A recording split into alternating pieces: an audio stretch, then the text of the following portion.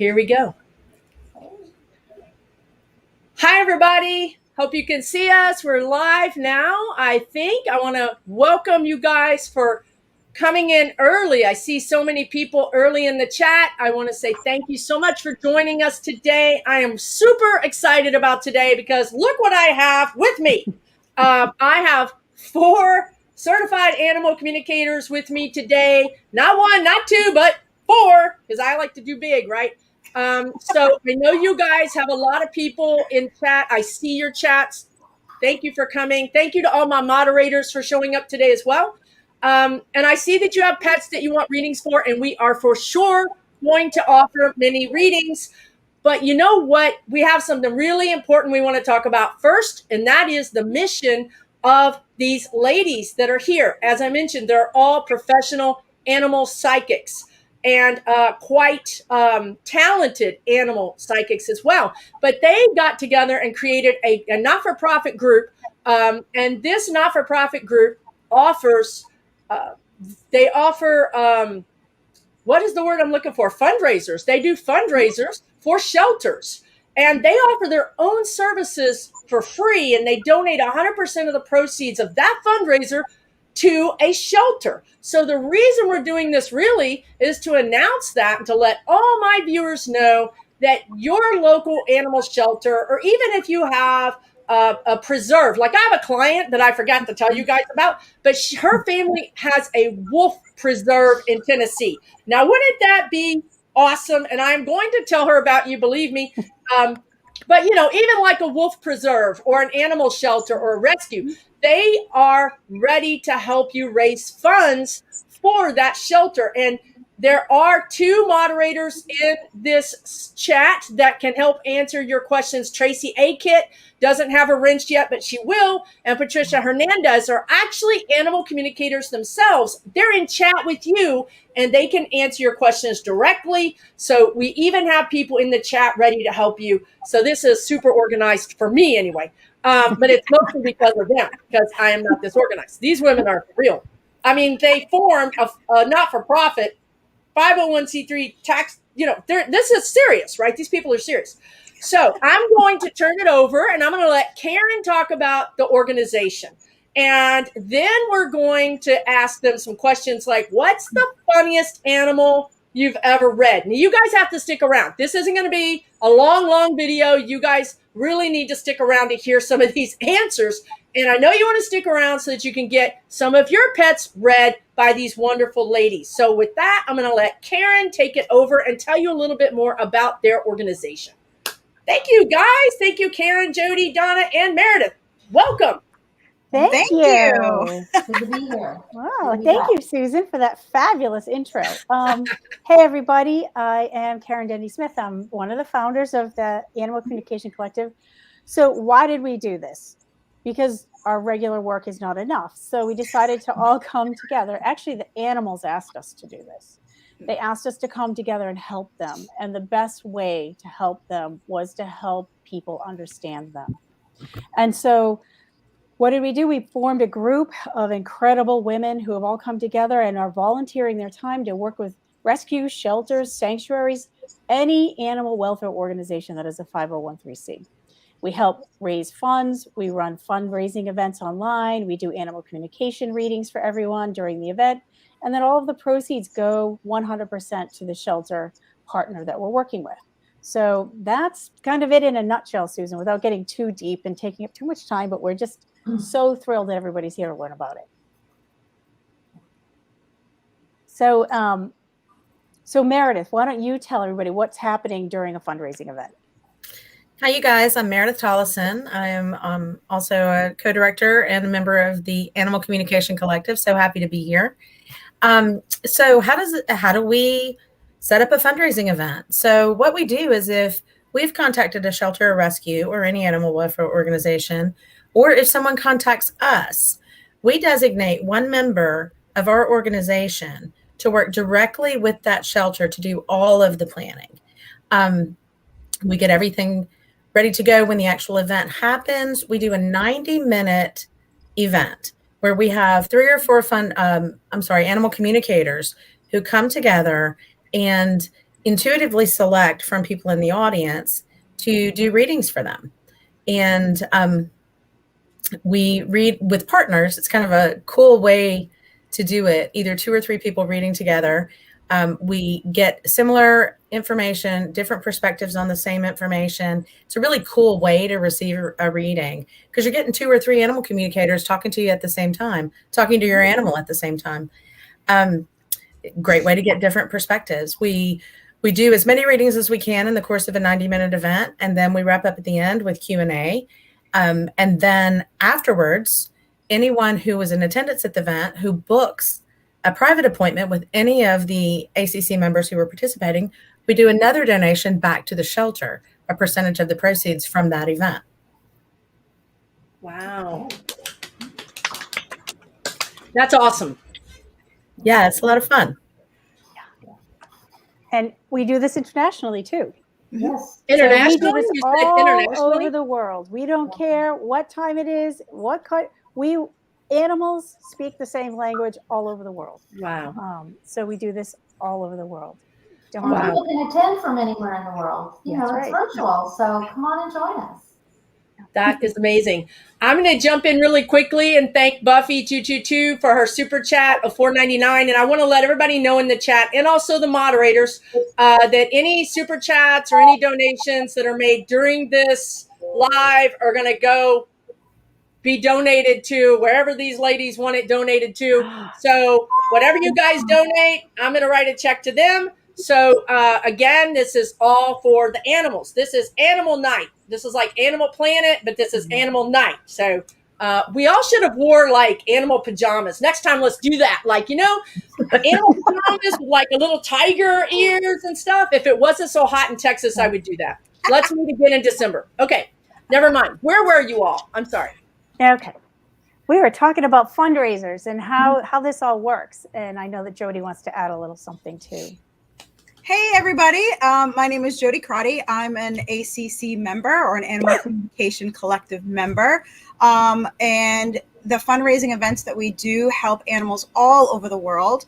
And the people that attend our events can get animal readings. So whether your animal is alive or crossed over, you're actually helping benefit the animals of the shelter that we're fundraising for, as well as you're getting knowledge about your own animal. So we do animal readings, again, alive or animals that have crossed over. So as Meredith has stated before, 100% of the proceeds from the event actually go directly back into the animal shelter.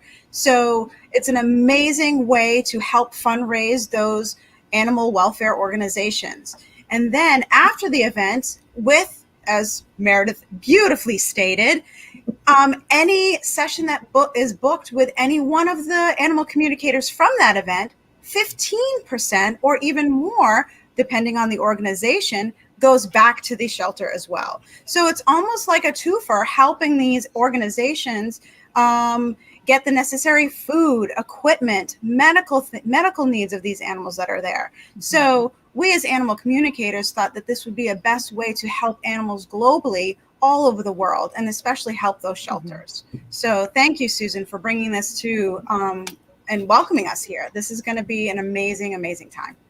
And to support what Jody's saying, sometimes the shelters will come to us on the side, and we've actually helped them place animals with people, mm-hmm. Finding out more about their personalities and what they're looking for in their next family, and who would be the right person for them, or type of family or person. And so we've had some really great successes helping rescues and shelters place animals with the right people, and in a way aligning souls with souls, because we're all souls in and out of our bodies. We are all come down to being souls, and partnering the right souls together can be an incredible experience. So Donna, why don't you tell everybody a little bit about what it's like about teaming up? Can people team up? Sure. I'm Donna Norris. I'm also a member of the Animal Communication Collective. So happy to be here tonight.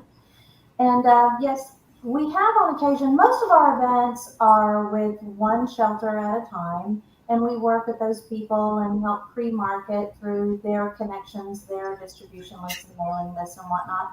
But sometimes on occasion, if we've got two smaller shelters and they both agree, they can take advantage of sharing mailing lists and their outreach efforts, and we can do an event that would benefit two smaller shelters, if that makes sense. And it seems to be, it works at the discretion of the organization, of course, but it can be very beneficial. Help get some of the smaller folks off the ground. Bless you. So Thank you. So if you're a shelter or an organization watching right now, what do you have to do? It's really easy. Just email us. Go to our website, which will be flowing through the chat, I imagine. Connect in, send us a request through the contact form, or connect with one of us. We're all there on the Teams page, so you can email any one of us directly, and we will start the discussion and start the planning with you, and hopefully help you raise some funds and help animals and their families. All right, guys. Well, while you guys have been talking, I don't know if you can see the chat. Can everybody see the chat? No. You have no idea. Money is flowing through here like Vegas. Like, I've never won this much money in Vegas, honestly. $50 from Angel Star Karma, 20 from Johanna.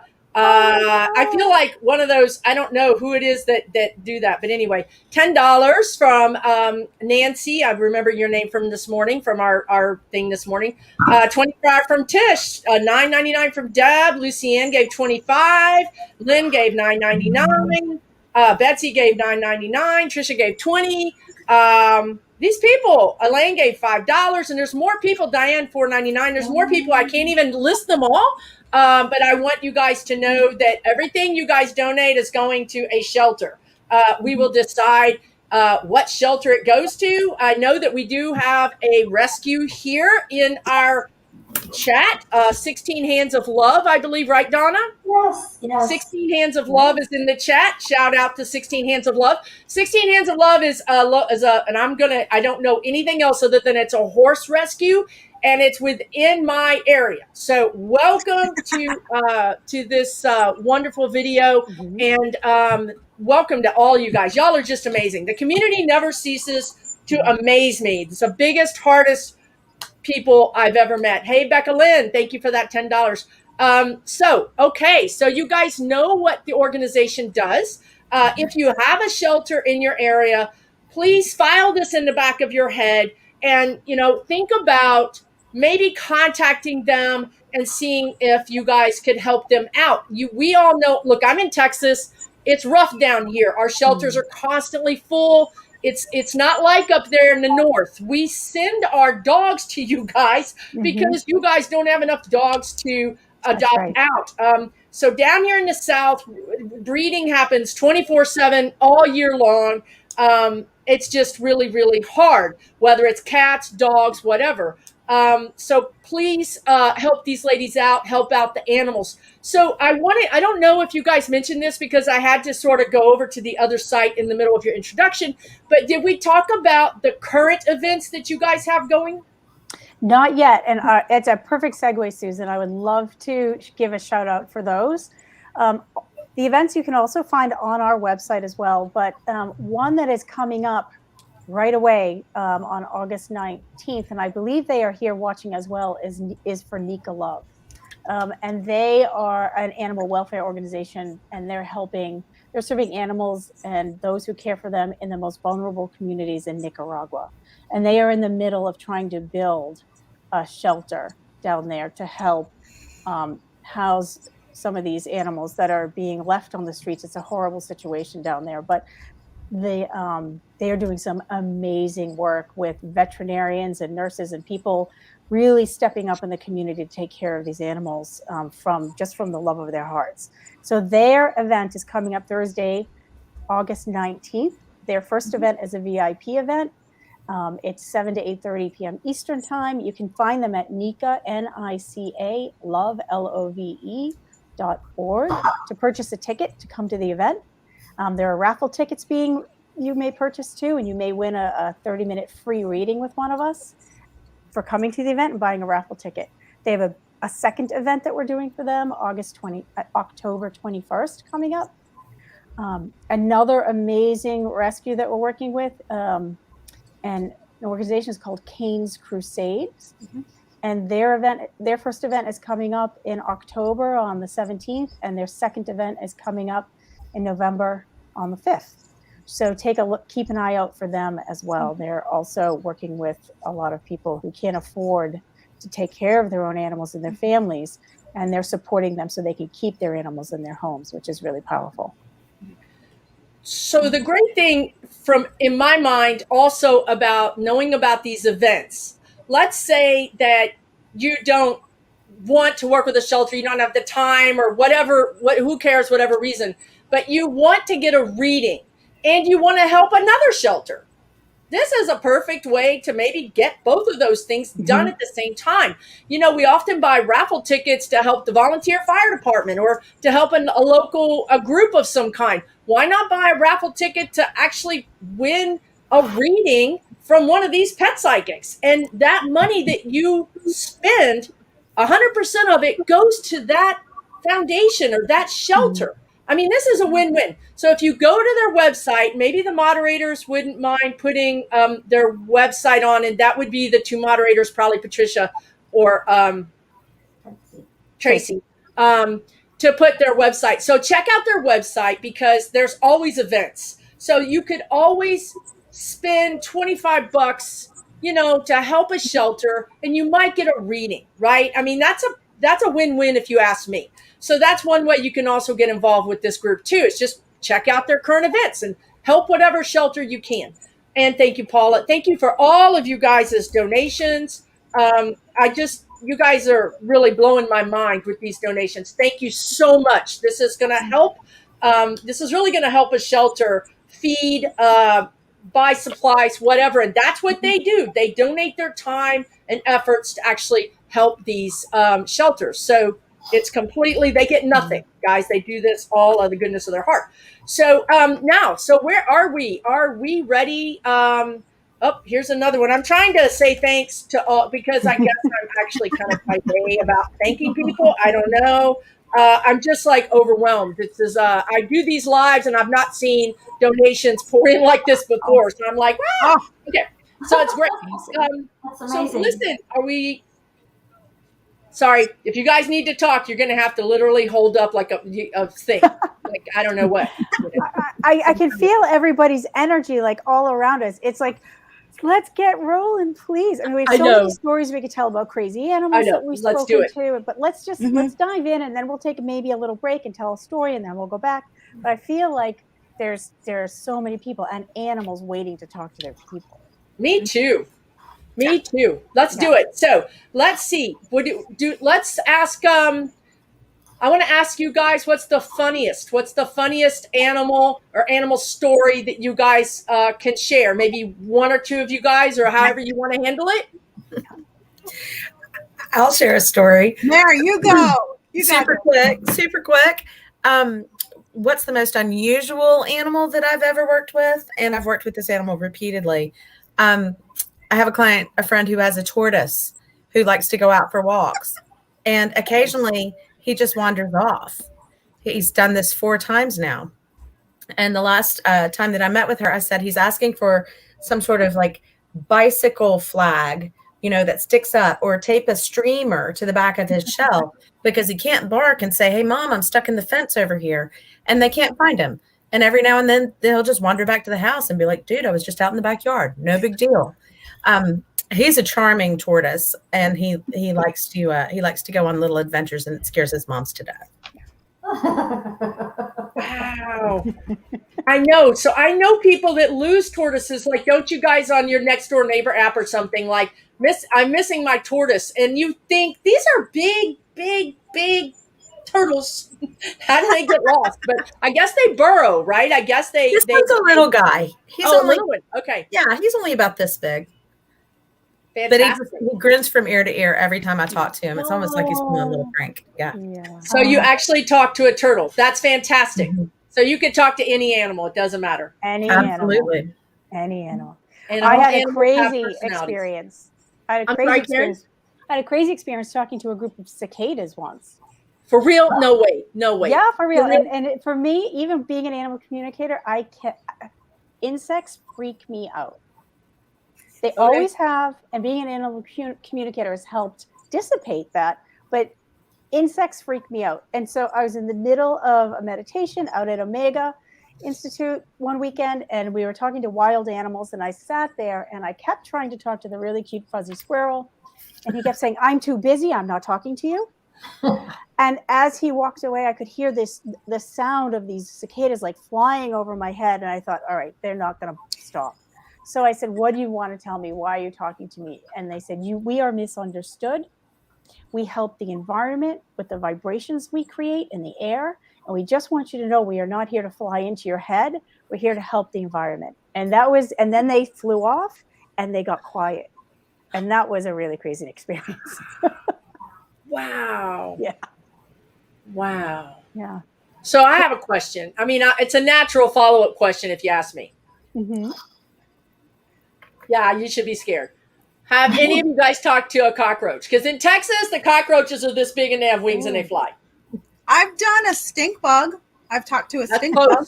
That's pretty close. Mm-hmm. A stink bug. Yeah. He was hanging out in my office. And yeah, as Karen said, insects kind of creep me out just a little bit.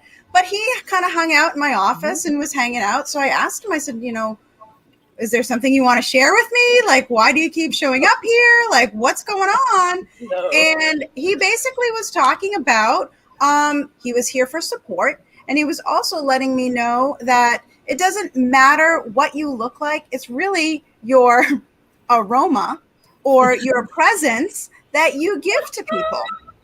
Can you believe this? A stink bug. A stink bug. Who wants a stink bug? And so it was really his way of letting me know that whatever I'm doing, being present in the moment and sharing it with others, it doesn't matter if I think that, somebody might think I stink or somebody might think I don't know. We're just going with the stink bug. But that was his message for me, was to be present in the moment and allow my uniqueness to come through. So to follow up with Karen, yes, a stink bug. Mm-hmm. Yep. All I got to say is the next time I get up in the middle of the night and there's a great big, one of those big old roaches, I'm dialing y'all and I'm going to put the cell phone right next to the roach and I'm leaving. Okay? That's all I got to say. And y'all make whatever you need to do happen. I'm out. Susan, it's funny you say that. We have a little group that has gotten together it's interesting how the animals often come in, like Karen's cicadas, that you're a little bit fearful of. But we have a little group that's gotten together to talk to a bunch of mice that had taken up residence in a friend's home. I reached out to several friends recently because I'm in the South also. I'm in Mississippi. Our shelters are overrun, but we also have random things like cockroaches and possums. I've got possums in my backyard. And it troubles me greatly that my dogs want to chase them and destroy them in the middle of the night.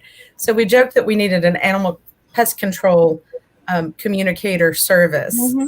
But the things that we're kind of frightened of often show up. It's interesting. Donna, did you have one?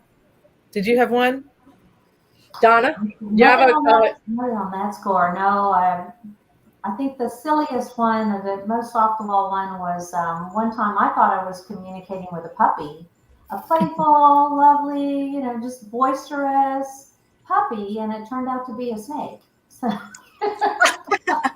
but its owner said it often presents as a puppy. So it's like, because it's a playful snake. It's not the way you normally think of a snake. Not at all. So the puppy, you saw the puppy, but the puppy was actually a snake. In reality, the puppy was a snake. Yeah, but the snake presented like a puppy because that's the kind of energy he has, and that's the way his personality is. And so he wanted us to, it was that he's lovable. Message across that we're not exactly what you think we are. Yeah, and I have experience with that because I have a 72-pound boxer lab mix with, and she presents to animal psychics as a white multi-poo. a multi-poo. Yeah. And if you say baby, she hits on the ground, puts her legs up. So I get it. I mean, I guess these animals, you're reading their energy, right? And their energy, if the snake thinks that he's a puppy, he has, I mean, it's hard for me. It's a stretch, Donna, that's a stretch, but I'm going to go with it. but the snake thinks he has puppy mentality or personality, then that's him. Who am I to say he's not a puppy? I do have to follow up what Donna is saying, because I personally have a snake. He's a corn snake, and he is the most eye-catching, beautiful, lovable snake. And most people, when they think of snakes, they don't think of him as, this cute kind of, he's more of a Casanova kind of snake. So he will come in with, a top hat and be dressed with a little bow tie. So Donna's right. The energy that they present is how they perceive themselves. If that snake feels I'm lovable just like a puppy, I'm going to show you I'm lovable. Just like my snake is a Casanova, and he is definitely the man when it comes to things. So again, it's how they want to feel. And I think bottom line, we kind of feel that way too with our higher selves sometimes. I imagine, my higher self is like having beautiful skin and, being like 20 pounds thinner. And, so it's all in how we perceive ourselves. And so the animals do the exact same thing. Absolutely. Wow. That is really cool. That's really good to know too, because when you get a reading, Mhm. if your dog, like my big black dog, presents as a little multi-poo, you'll understand why. And you always hear about little Chihuahuas having big dog syndrome, don't you? I mean, it's the reverse. She has the small dog syndrome. She's a trip. Okay, so let's see. That's really interesting, guys. I just learned so much from talking to you guys. So let me see if I have another couple of questions. I want to know, how is an animal communication reading different from other readings, from like a mediumship? So you guys read animals that have crossed over, correct? Mhm. Okay, Yes. and you can also read animals that are still here. Correct. Okay, Correct. so when you read an animal that's crossed over, is that like a mediumship reading? Kind of, sort of. I mean, Karen, Sure, yeah. do you want to answer Yeah. that, Karen? Sure. I'll start and pass Yeah, the you baton to start, Jody Karen. afterward. It is similar to, I consider talking to animals who have passed animal mediumship from my perspective, because an animal has crossed back into completeness of their soul and complete awareness of their soul, just like a human when they have crossed and released themselves from the construct of their 3D body and the lessons they were trying to learn here while they were here. When they release back out of themselves, they have a much bigger, broader picture of the purpose, the universe, who they are, how many lives they've been through, what they're working on. And it is very similar for an animal soul.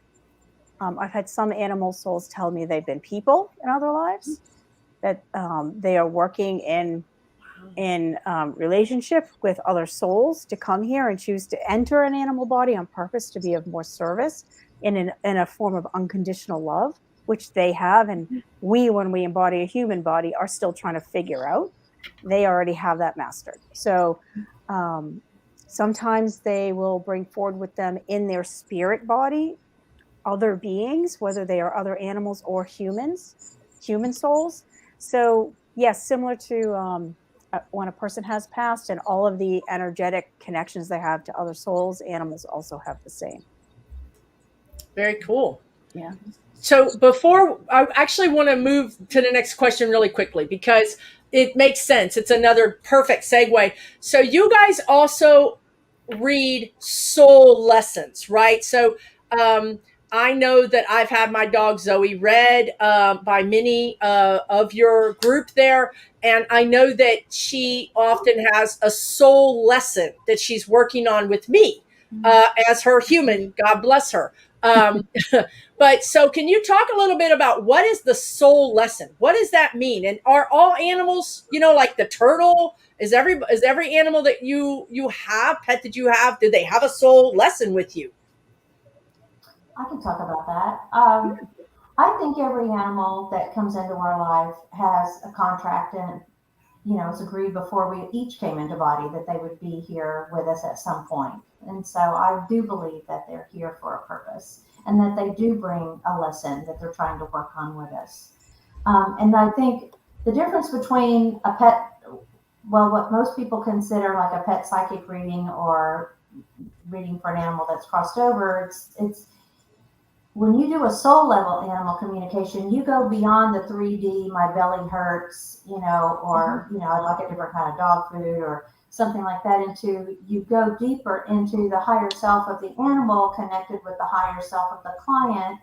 And they talk about what that lesson is that the animal is here to work on with their human at this point in time. So that's the biggest difference to me. Mm-hmm. Awesome. Judy, you have anything want to share? And I would also love to add, Donna, that is so true. I find it's the same. And they will do, if they've agreed to work on a lesson with a human being, and they have, or they wouldn't be in your presence.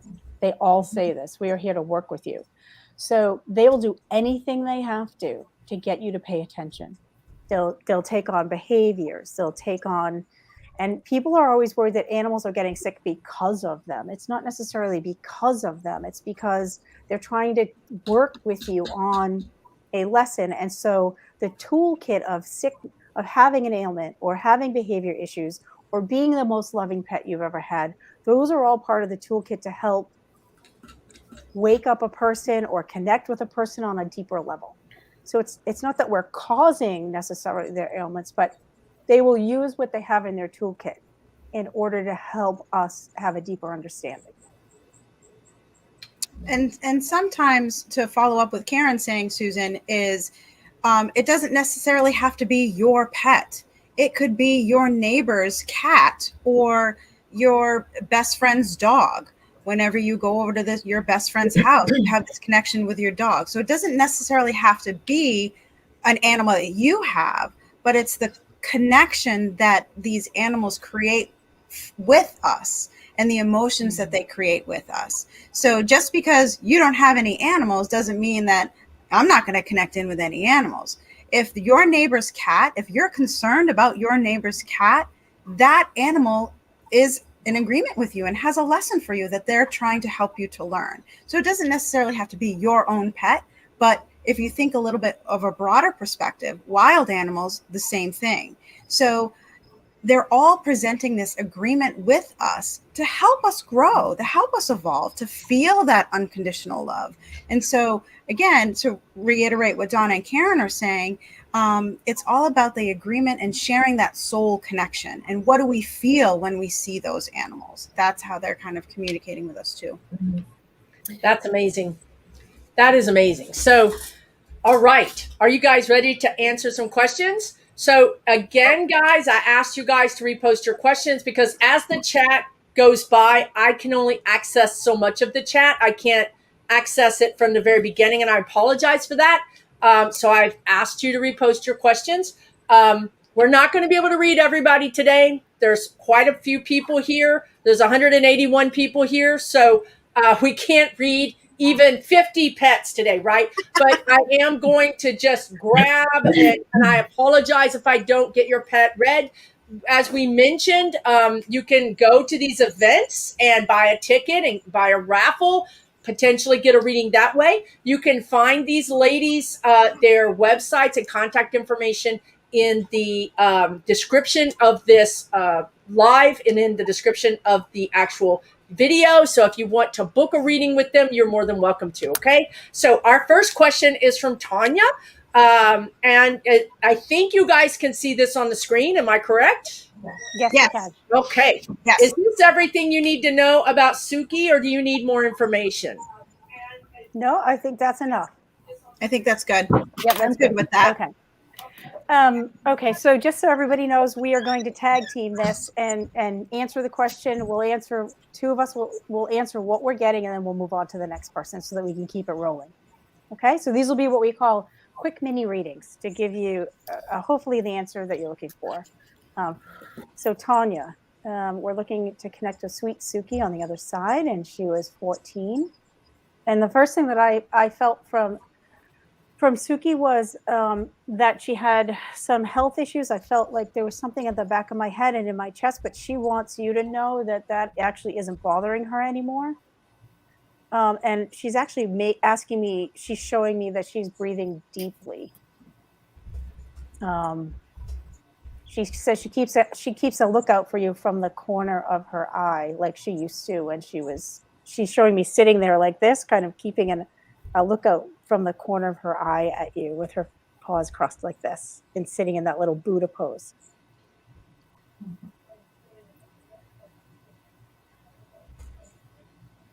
Anybody else want to jump in? Jody? Oh, yeah. I thought we were going to go to Meredith first, but that's okay. I'm cool.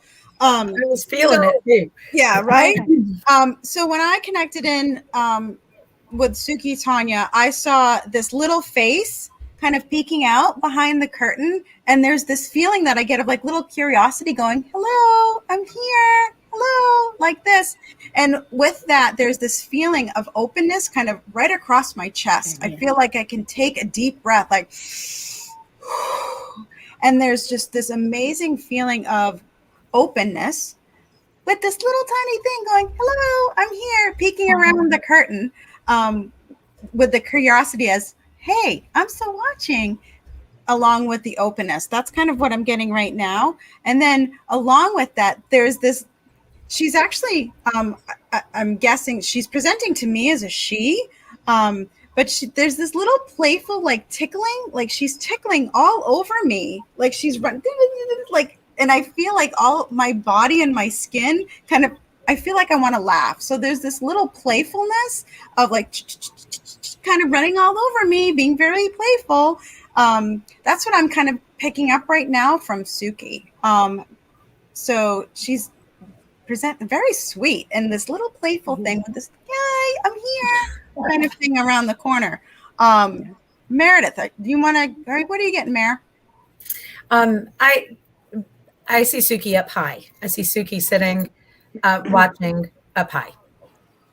So yeah, I feel very much like Suki is present nearby, sitting in that little pose, watching from above somewhere. Yeah. Aw. Is that Donnie, you want to take a crack at Suki, and then in the future we'll just do two people per animal. Oh, sure. Yeah. Sure. What I got was similar to what Jody got, but it's like a Suki with her paw, but she was first walking proud and just lithe, that elegant kind of stride, tall and proud, and coming over. But then she just puts her paw up like this on Mom's face and like right here. So that's what I saw. That is sweet. I love it. Tanya, I hope this message from Suki has been healing for you. It's always wonderful to feel them and to get in touch with them again and to know that they're there with you. And really what we all often say is this is proving there's life after life, right? This is your babies are still with you. They're still happy and they still love you. So I'm going to switch over here to Cynthia's question. Listen to this. This is exciting, Cynthia. I hope you do rescue Inessa or another beautiful puppy. Who would like to take this question? I think next is Jody and Meredith. Okay. Inessa, is that what we're, Inessa? Yes. Can you see it on the screen? And Yeah. It's adopting her? Uh-huh. It's a dog and it is a female, I think. Yeah. So hold on. And the question is about me adopting her? Mm-hmm. Yep.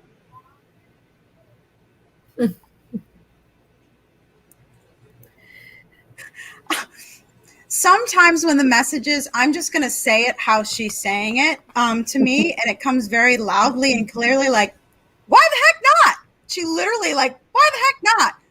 That was when I answered the question or asked her that question. It was like, why the heck not? And she kind of really got in my face and was like that. So sometimes there's a lot of humor that kind of comes along with that. And so I just say it how they show me or how they say it. And she's like, why the heck not? That's how I love it.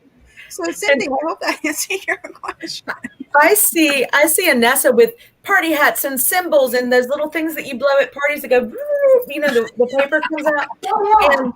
And she's throwing a parade and she's jumping up and down and she's like, heck yeah. I think Inessa's pretty excited about being adopted or about the prospective adoption, not sure whether this is happening or has already happened, but she is throwing her own parade. She is literally like 76 trombones with marching down the road. It's awesome. She's so joyful, and she's got a hat on, and streamers and confetti, and it's awesome. Yep. Oh my God. It's pretty I awesome. love that. Man, I love that. Anessa, Cynthia? Wow, you've got quite the dog there. Okay, thank you, Cynthia, for your question. Thank you guys for your beautiful readings for her. So our next question is from Marg L. And you guys can read it. Coco was the first dog my husband and I had together. We'd like any messages from her. When she passed, we told her to go with her grandma. Oh, these readings make me like get teary. Like, so I have to be careful. So I'll start with Coco. Do you see me rocking? I'm actually sitting in a rocking chair. I look like Whistler's mother, you know, that painting of Whistler's mother with like a bun pulled back, very austere. This is indicating to me very much a grandmother energy. Coco's with grandma. Grandma's rocking, knitting, you know, doing stereotypical grandma things. And I don't have the feeling that this is actually how grandma was. This is Coco giving me confirmation that she is indeed with Gma, who I'm assuming is grandma. So she's kind of sitting there loving life, chilling, but there's a little bit of a, hey, open that door. I need to go run around. I need to go run around. I need to go run around. So she's alternating. She's showing me her alternating between being totally chill, hanging with grandma, watching, I don't know, grandmother things, Wheel of Fortune, doing crossword puzzles. That's what my grandmother did. But then she wants to go like sprint through the field. And so she's still got a lot of this puppy, childlike energy that's still in her. Donna, what are you getting from Coco? I'm getting this ball of energy that's got the zoomies, and you know how almost like puppy energy, where their paws are like, you know, and they're standing on their back feet, you know. But and grandma's out, you know, they're out in this garden and tending to, you know, playing with the flowers, pruning, things of that sort. But this little dog is like coming up, loving on mom, grandma, running around, going back, zooming around, coming back. It's just having so much fun. But I'm seeing Coco outside playing, running around in the garden. Beautiful. I love it. I love it. I can see that too. I'm totally there right with you guys. That's beautiful. Thank you for that reading. She's totally going, it's all good here. It's all good. It's all good. Yeah. And she feels happy and frisky. Thank you, Marg, for posting that question. Thank you, ladies, for answering. Okay, the next question we have is for medical advice. Now, I'm going to just say this, and I'm sure you guys would say the same thing. None of us are veterinarians. We don't even play veterinarians on TV. You know, you need to seek professional advice from your veterinarian. Okay, now, having said that, who would like to take this question from Melinda about her sweet baby who will not, who wants to eat but won't eat, and wondering if it's the teeth? Donna, do you want to go first? Or do you want me to go first? Can we ask what kind of animal Wednesday is? Like dog, cat, horse? Sweet baby. I can try to go down. So I can answer.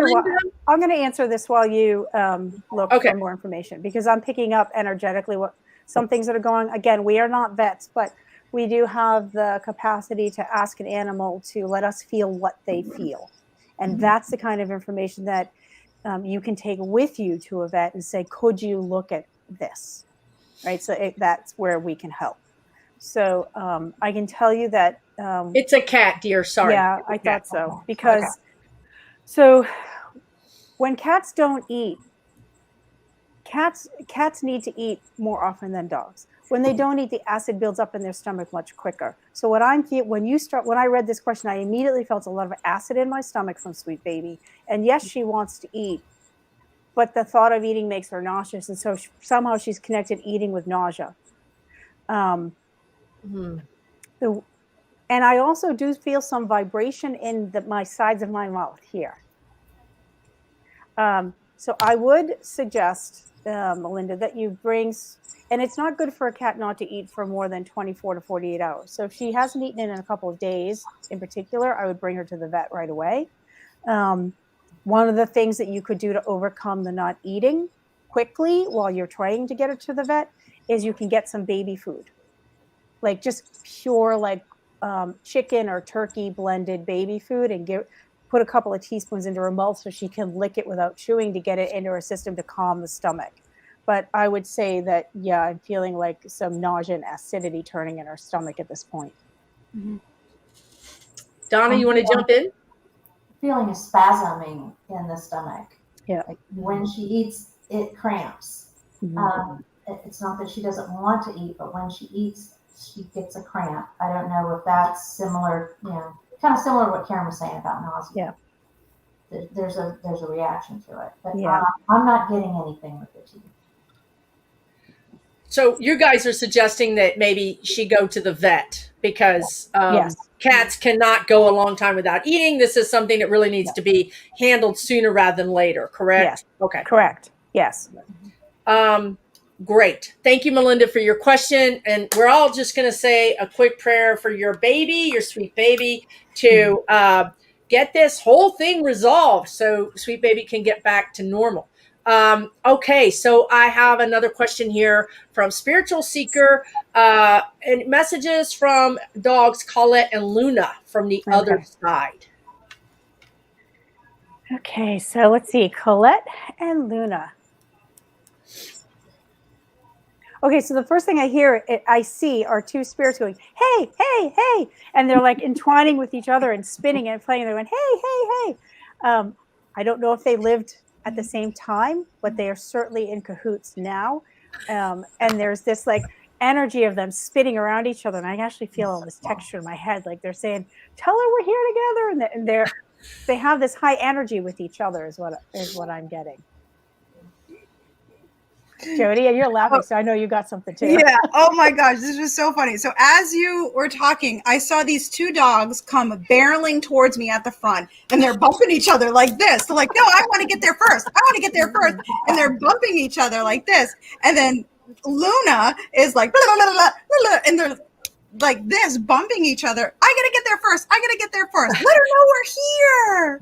And then they're like bumping each other. So the swirling of this energy, and it's making me laugh because they're very comical to get the two of them.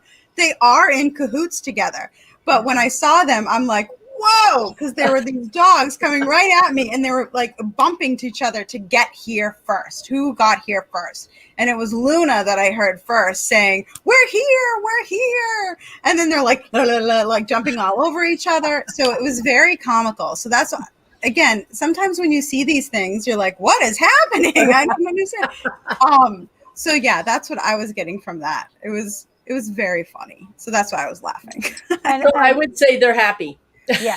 I would say they're very happy. Yeah. Mm-hmm. Most definitely. They're doing fine. Okay. Wonderful reading. Thank you, girls, ladies, so much. Thank you, Spiritual Seeker, for your question. And my next question is from Liz, who says her Jack Russell Terrier, Ellie, has been acting different. Does she have separation anxiety, or is there something else going on? Again, we're not veterinarians. This is not veterinarian advice. Jody, I'm connecting in with Ellie. Are you getting anything to start out with? No, I'm rereading the question. Okay. Mare, why don't you go ahead and go first? Okay, so I see an image of Ellie initially with like 4 pogo sticks strapped to her legs, like where she spent the majority of her time like boom, boom, boom, absolutely bouncing around. And now her pogo sticks aren't bouncing quite as high at the moment. So I'm feeling a little bit sluggish, a little bit of a decrease in energy. I'm asking about the separation anxiety. I'm not feeling specifically separation anxiety, but I'm hearing the words from Ellie, change. Things are changing. Something's changed. Did someone go back to work, come home from work, start working from home? There's something that's changing that she hasn't quite figured out, but her pogo sticks symbolically aren't bouncing quite as high as they were not terribly long ago. Let me go back then. Jody, go ahead. Yeah. So when I connect in with Ellie, I don't know if you guys have ever seen American Ninja Warrior. So what she's showing me is like there are mushrooms that the competitors have to bounce from. So they go bounce, bounce, bounce, bounce, bounce. And she's bounced so far and then just kind of like is tired. And I'm getting this feeling like there's this weight of the world. And I'm like, I made it this far. And there's this feeling of tired, but she started off pretty good. The energy was good. But then on these bouncing American Ninja Warrior things, she's just kind of laying on one. And then when I asked her a little bit more about that, she said I feel like the weight of the world is on my shoulders. I feel like I don't know what to do. There's this heavy feeling that's coming on like over my shoulders. Like there's so much going on and I feel like the weight of the world is on my shoulders. She keeps saying that to me. And that's why she's on this, like, again, she was bouncing, but now she's just kind of like, oh, I'm exhausted because of the weight of the world is on my shoulders. That's what I'm getting from Ellie with that. A quick interjection there. So as you guys can all see, I saw pogo sticks and Jody saw American Ninja Warrior. It's pretty phenomenal how these animals give us information in a way that we can understand and how we can relay it to their humans, and hopefully that their humans can also understand. This is also a great example of how I'm feeling very strongly that whatever this message is from Ellie also has to do with Ellie's person, with Liz. This is an example of how the soul level sneaks itself in the middle of even these super quick, like just a couple of minute mini readings. That's pretty phenomenal. That's what I'm feeling from Ellie. I feel that as well, Meredith. I feel that there's a deeper message here from Ellie that she's presenting to us in this way, that it has something to do with, and I think Liz, and again, the weight of the world. She's tired because the weight of the world is on her. And so, yeah, Meredith, you nailed it with describing. Yeah, absolutely. And thank you, Liz. I appreciate your opening yourself up to letting us get a little bit soul level on you there. Yeah, thank you, Liz. Yeah.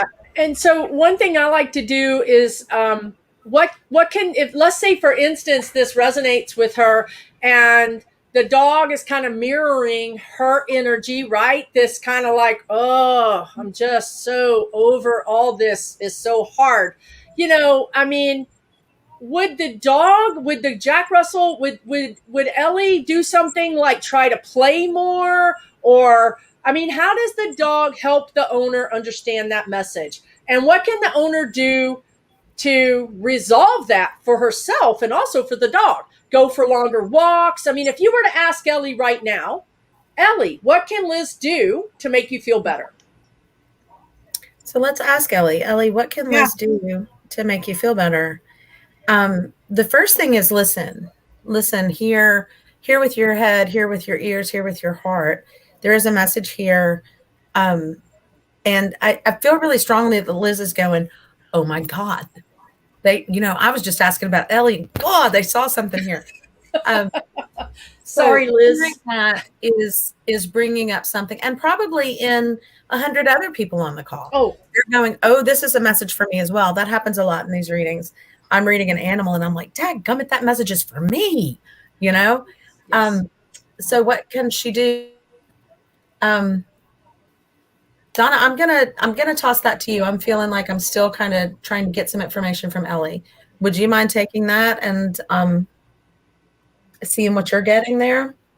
Yeah, absolutely. I'm getting music that Ellie has been like in this place of feeling like a big empty silence, and just kind of stuck in that in-between place. You know how when you're going between one place to another place, you're in the hallway, and it's kind of feeling like they're in the hallway. And music, some music, I'm feeling like just something soothing. We don't need any Bob Seger or Pink Floyd or anything like that. Just to get everybody back. I don't know what I want to say. Lavender. I'm just kind of in that place where lavender and something calming, soothing, Relaxing. And if you can go, like, take a walk by the water. I'm seeing like a lake, or maybe a beach, because I'm seeing little waves hitting the shoreline that I'm seeing water. You guys can get there. Perfect. All right. Well, thank you. I just wanted to go a little deeper there for some reason. And I know I'm going to be skipping some questions, and I'm so sorry, but the chat, it's on slow mode, but it's still, I'm having a hard time keeping up with it. So this is the message, the question that I see in front of me. Victoria has a question here. She had a cat die from intestinal cancer. By the time we learned how ill she was, it was too late. Instead of putting her down, we let her cross over on the living room couch. Was that a bad choice to make? I don't know the cat's name. I don't see the cat's name, Victoria. The cat's name isn't on there. Sorry. Yeah. I'm so sorry.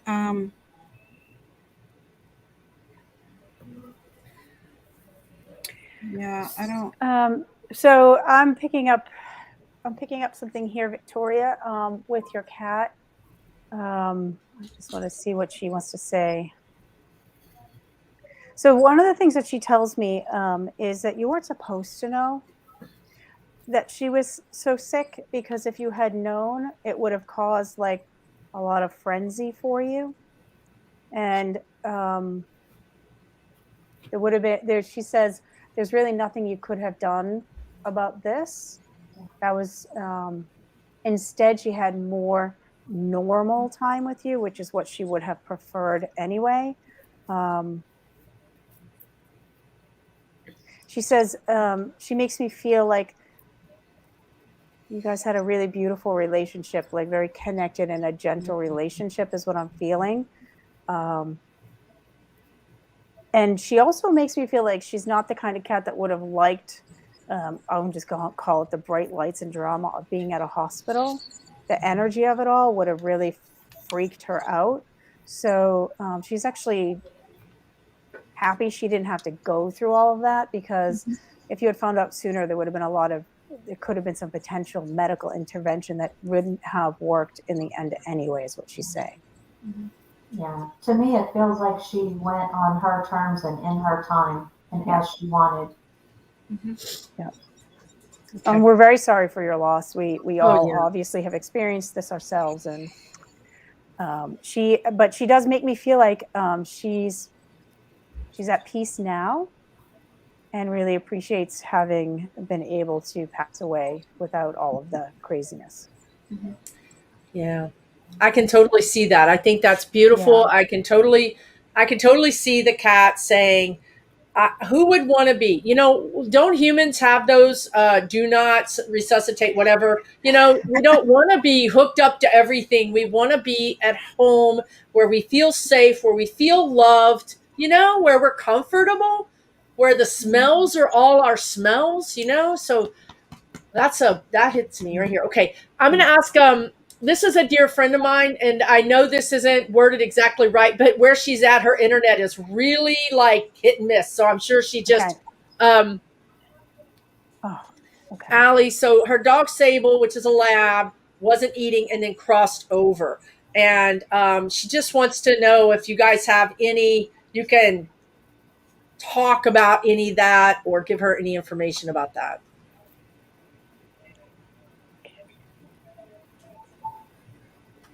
Just give me a second to hone in on Sable.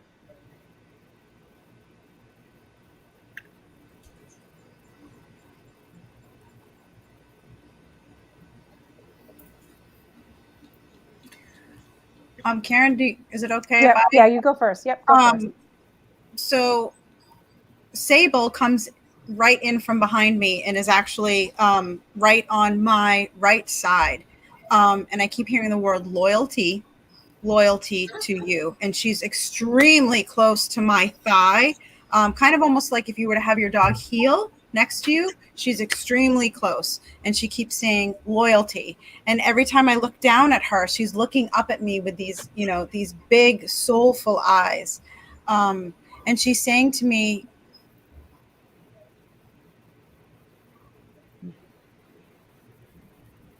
the messages of love and hope go beyond the tangible. I was always close to you and will continue to be close to you. So that was quoted from Sable. So she is literally like stuck to me like glue, like right here.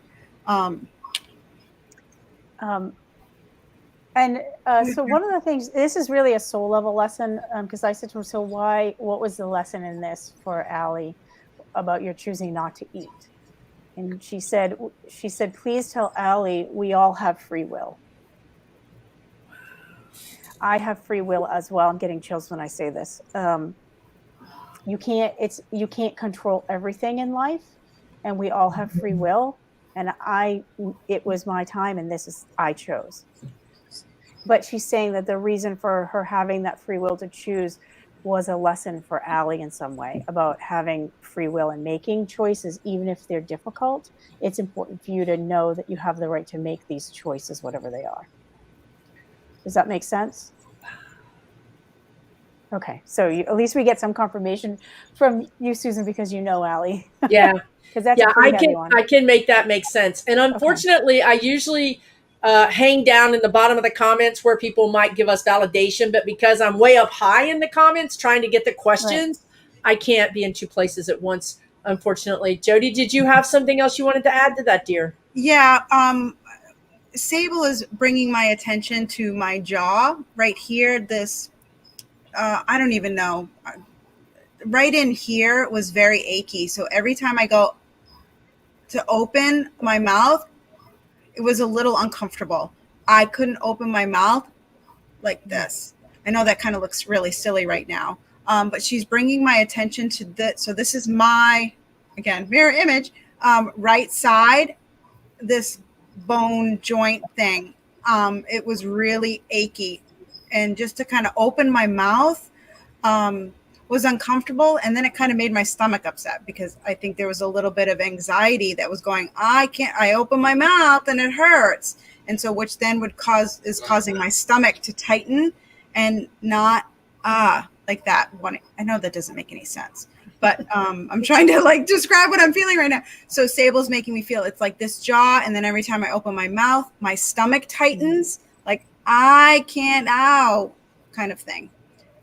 Again, I hope that makes sense. I'm trying to describe it the best way that she's making me feel this way. But it's up in this, so my right side and my stomach just kind of clenches like this. She keeps saying over and over and over again, the loyalty piece. Don't forget about the loyalty, the love and the hope is still there, the loyalty. So again, Allie, I'm so sorry. I hope this was somewhat helps. I think it's a beautiful message. Thank you guys so much for answering that. And Allie, I know that Allie will receive that just the way it's supposed to be received. And I'm sorry to have to click on another one that's a little bit sad, but this person has asked this question several times and I keep missing it. So I'm going to go ahead and put it up here. So Stone Marble has Smokey the cat, I think is in spirit. And I think they feel guilt for his passing and would like to know if he passed peacefully. Okay.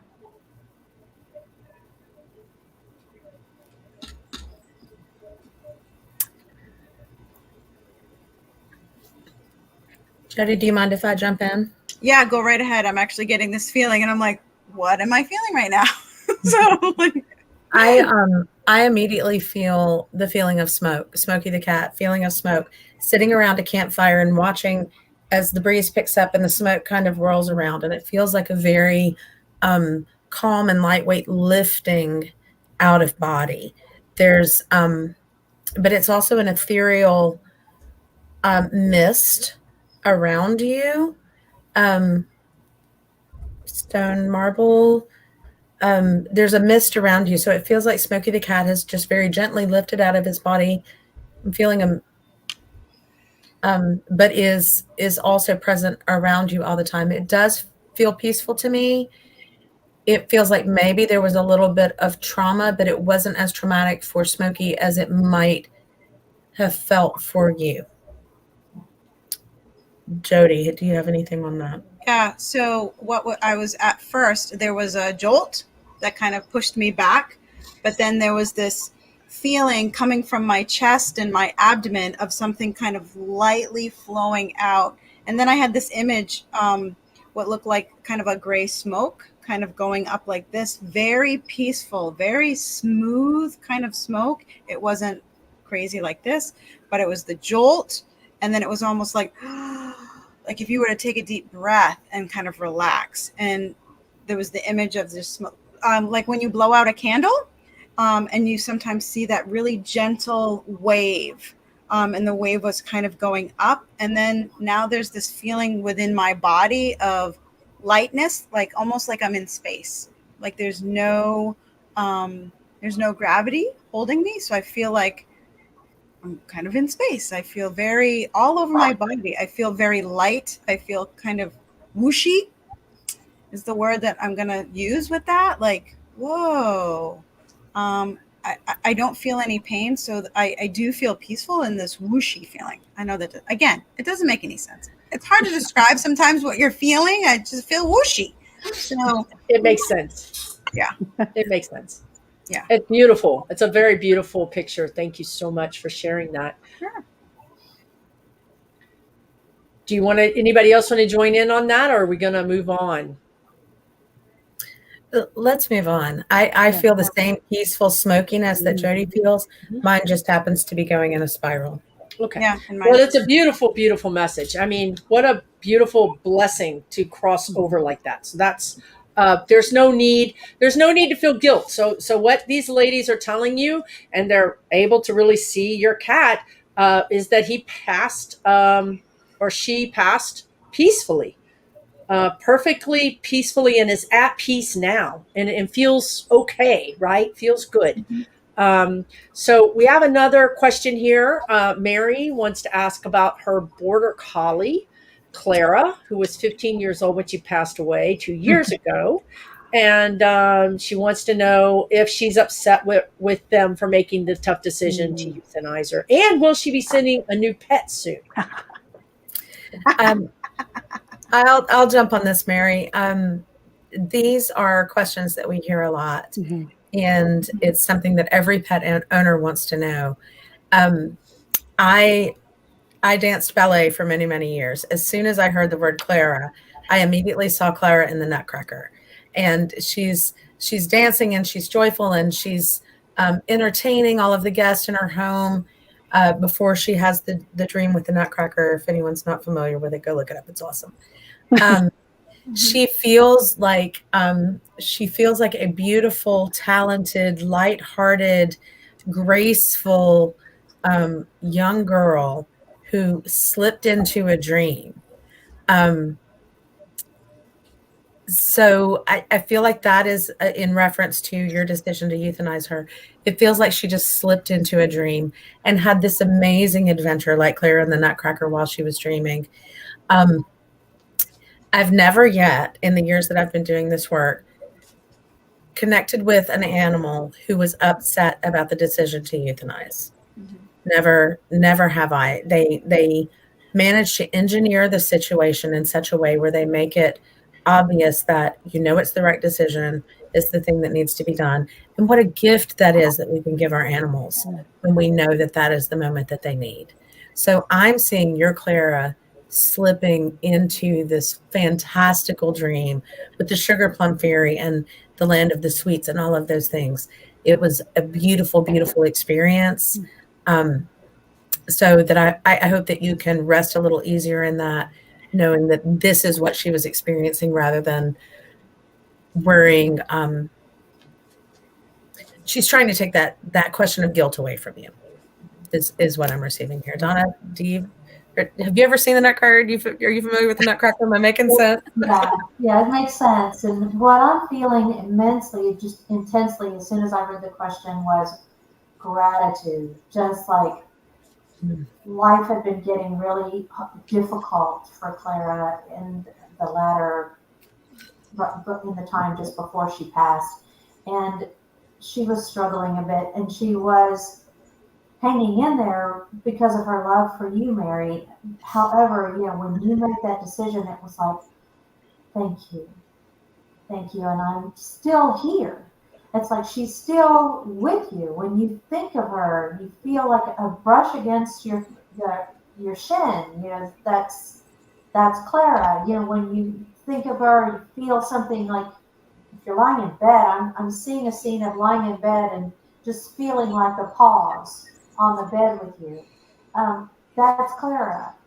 And I'm also asking about, will she be sending you a new pet? And I'm getting this, well, like this, not in the way that they think. And I don't know if there's more than one of you, Mary, but it's like, not in the way that they think. And so there's somebody else who's going to be involved with this new pet that comes along. So that's Okay. All right. She's awesome. I love it. She's 100% now. Yeah, she's 100% happy now. Back to her old self. I hear that I'm back to my old self. So that's a beautiful thing, right? When we get older, things hurt, and it's nice to not have those hurts anymore, right? So our next question is from Cindy P. Hi, Cindy P. My Buddy, who's a Cheshire Terrier living rescue dog, matched with my son for a greater purpose. I feel he is such an angelic dog, beautiful soul. Love him. Does Buddy have a message for us? He is living. Okay. My son. Okay.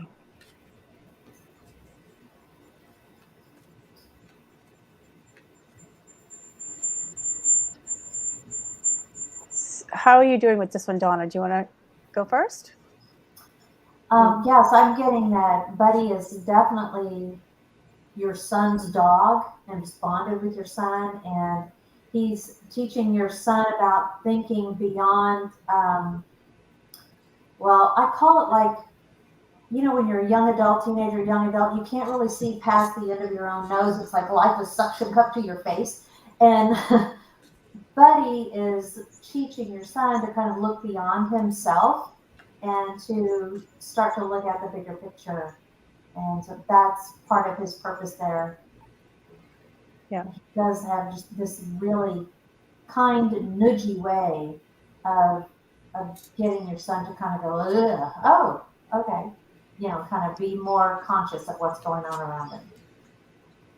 Yeah. I pick up the same, Donna. For me, the way that I ask Buddy, so what is your purpose with, Cindy's son? I called him your brother. Like, what is the purpose with your brother?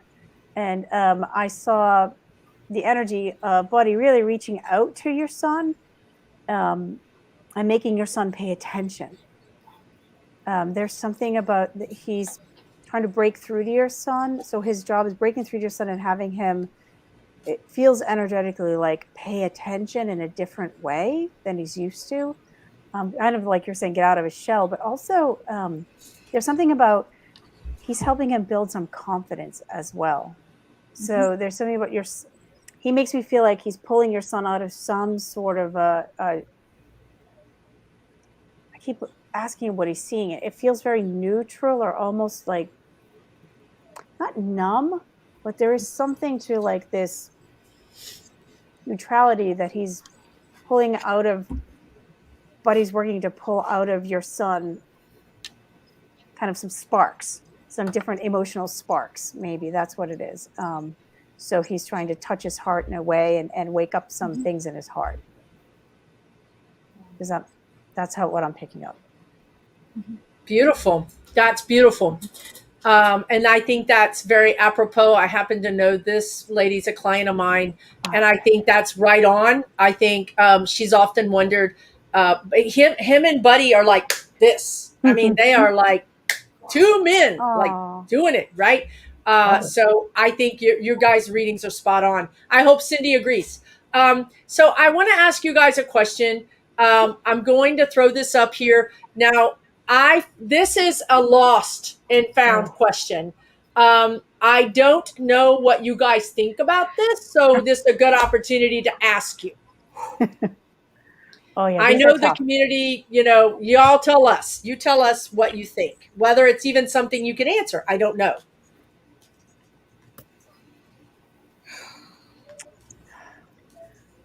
Care, how do you feel? These are tough. So it is definitely takes a minute to hone in on these, and there are so many different reasons why an animal exits or leaves or runs away or gets scared or gets lost. So these are some of these can be pretty complex, and I know that it's very fraught emotionally. So we can try to just tell you the images that we can try just for a few seconds to hop in on Mel Taz, I guess is his name, and ask if he'll show us what he sees out of his eyes.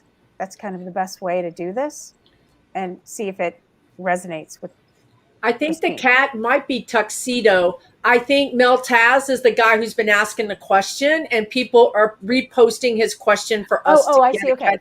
But I think that's what I'm Okay. seeing. That makes Yes, sense. where Okay. can Tuxedo be found? I just know it's important to have the right name, so I wanted to jump in and tell you. Okay, thank you. I'm getting that he's under something, and there's like this little space of daylight, where it's in a dark place, but you can see out. So it's like he's under something, and there is that little peeking out space. I'm interjecting because this is something that I am feeling very, very strongly. I am seeing Tuxedo literally like James Bond or Leonardo DiCaprio in a tux at there's some fancy event and he's sort of undercover. The imagery that I'm seeing is very much like he's touching his ear and people are going, stop touching your ear. He's doing some sort of investigative work, but he's also really having a lot of fun, and he's not ready to come back home until A, the party's over, and B, he's finished his mission, so to speak, as if he were a spy like James Bond. Is it okay if I kind of jump in, Mare? Sure. So anytime an animal presents in a visual like Tuxedo, when they're standing up vertical, so I'm seeing a cat standing up on its hind legs. That is indicative for me. There's this confidence about Tuxedo, and I see Tuxedo kind of like up against the house, and he's like looking around, and he's like waiting for people, and then he bolts across the street. Right, and he's like up like this against the wall. So there's this confidence that he's standing up on his hind legs up against the house, and then he kind of like shimmies. He'll go like this, and then he'll kind of take off, and then again he'll do the same thing to where he's like a spy up against the house. He's looking around, and then he'll go like this. He's very methodical in how he's moving from place to place. Like I said, he's up against the house, and then he's up against like this garage, and it's dark, so I can't see any type of structures. And this is sometimes a little challenging because we can't guarantee any of the information. We can't guarantee that he's going to be like, yeah, I'm over at 6th and 7th, standing by the dumpster. It's a little challenging sometimes. And so when I asked him, can you show me what you see? This is how he was presenting to me. He was standing vertically, very confident in himself. And he was very methodical is the word that I keep hearing of how he's moving. He knows exactly where he's going to move to the next place. And again, like Meredith was saying, almost like a spy, to where he's like, and he's having a good time with it, to where he's up against the house, and you just kind of like see him go, and then he's up against the garage, and he's like, all right, I'm gonna ready to move. 3, 2, 1, go. And he moves. And so there's this piece similar to what Meredith was saying, but sometimes I can't guarantee, their whereabouts or what they're going to show me. And he also wants to make me feel like I don't feel any pain. I actually kind of feel a little bit energized from this. I feel like, whoo, I'm going to, again, there's that methodical piece to it to where I'm like, whoo, I'm going to go over here. And then I'm going to wait there for like 5 minutes and then I'm going to go over here. So there's this energy that is kind of flowing through me, like excitement. I don't feel any pain. I don't feel any discomfort. It's all of this agility kind of like moving through me. I could literally like pick up my leg and put it over my head if I wanted to. I'm not going to do that because we are live, and not that I could do that. But hopefully that helps with how Tuxedo is presenting to me in that format. He's pretty cool, though, I will have to say. He's very stealthy with his movements. Definitely observing what's going on. Yeah. Yeah, and he makes me feel, so I agree with everything you guys are saying, because I felt like I was peering out from under something, but not because I was hurt or afraid. Mm-hmm. I did see, like, at one point I felt like I was under a car peering out. I could hear like cars driving by on a road. And I said to him, well, why don't you just go home? And he's like, well, Oh my God.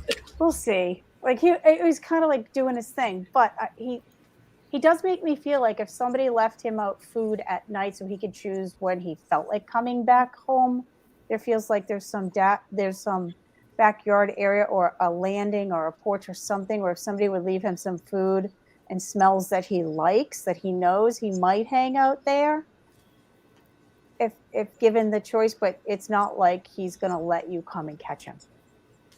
That's what I felt. So he's enjoying his walkabout. Oh, at the moment, he feels like he's just in it. Yeah. And so for people, I often hear people say, put a litter box out with their cat litter in it. Is that something that really works? I mean, I hear people say that all the time. What do you guys think? I've never experienced anything like that. Yeah, I've never heard of that. I know that sometimes when, in my experience with dogs that have run away, I don't know if this is true with cats, but sometimes what people will do is run their dryer. So the scent of the dryer from the exhaust goes out. So if you have, a favorite bed or your scent or something that you can put that in the dryer, run the dryer, and the scent will kind of go out, because the dryer obviously, has to go out. Right. But that sometimes, puts your scent into the air in that aspect. So I did have experience with that. And it was with a husky, and a very sneaky little husky, I must say. And they were able to get him home because they had run the dryer. Wow. I've never heard that. That's a great tip. Yeah, he was 4 miles away. And I have heard, Susan, people talking about putting used litter out for cats specifically. We actually have a group of colleagues who are working on putting together some tips for what to do when you have a lost pet. And that's probably something that we'll be sharing with everybody as much shortly. Shortly. Maybe on your website. Yeah. Absolutely. Okay, great. Well, I hope Mel and Christine, thank you for also sharing this for Mel. I hope that helps you guys. I think we got a pretty good beat on Tuxedo. He's perfectly fine, and he's kind of enjoying himself a little too much. I think that's what is happening. So our next question comes from Linda, and she's wondering if her brother Mike sent her cat Jasper, who's alive, because he showed up out of nowhere as a teeny tiny kitten not long after his brother crossed over. No mom cat or siblings in sight.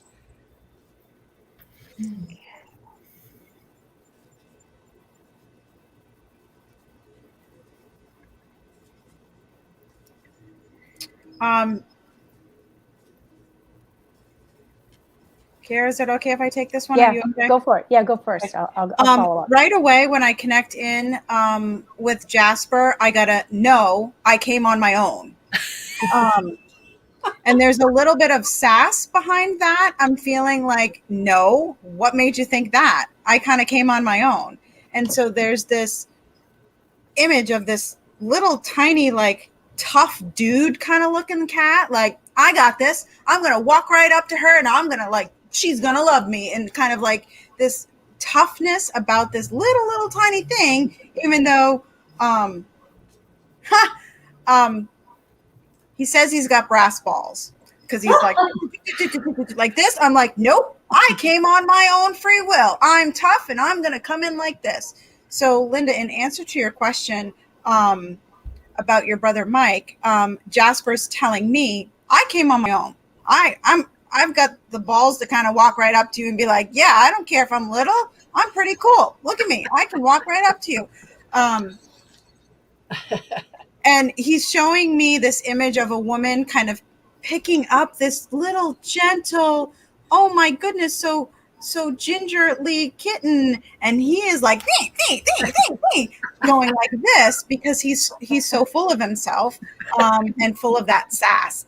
I don't need to be treated little. Just because I'm little doesn't mean that I'm all that. And this is the kind of attitude that I'm getting from him. So I hope that makes sense, Linda, in regards to Jasper. He's quite a little ticket, let me tell you. That's how he's making me feel with that. So, yeah. Care? Well, as you were talking, he made me feel like it was his time to show up again for you. That he's been with you before in other lives, and it was his time to show up again. He says you needed him. Mm-hmm. I can kind of feel the energy of your brother, although I'm not tapping into your brother. This isn't like I'm not trying to be a medium for the human stuff tonight, because Susan, that's for you. But I can feel your brother around, and some, like, I don't know if it's regret or just hoping you're okay and that kind of a thing. When I tried to connect in with Jasper, I couldn't connect the two of them either. I didn't get what you got, Jody. I just was like, are you guys connected in any way? And I didn't see them connected in any way. And Jasper was like, no, it was my time to come help Linda. Like, and that he's done it. He's been with you before. Okay. Beautiful. That's beautiful. Fantastic. Thank you so much, ladies. And so for some feedback, Spiritual Seeker said, please thank the ladies for me. They sure captured the spirit of my Colette and Luna. I cried and felt joy at the same time. Thank you. So, that's so good. Yes, absolutely. It's nice to have the feedback, and I don't always get to see it. When I do see it, I'll try to put it up here for you.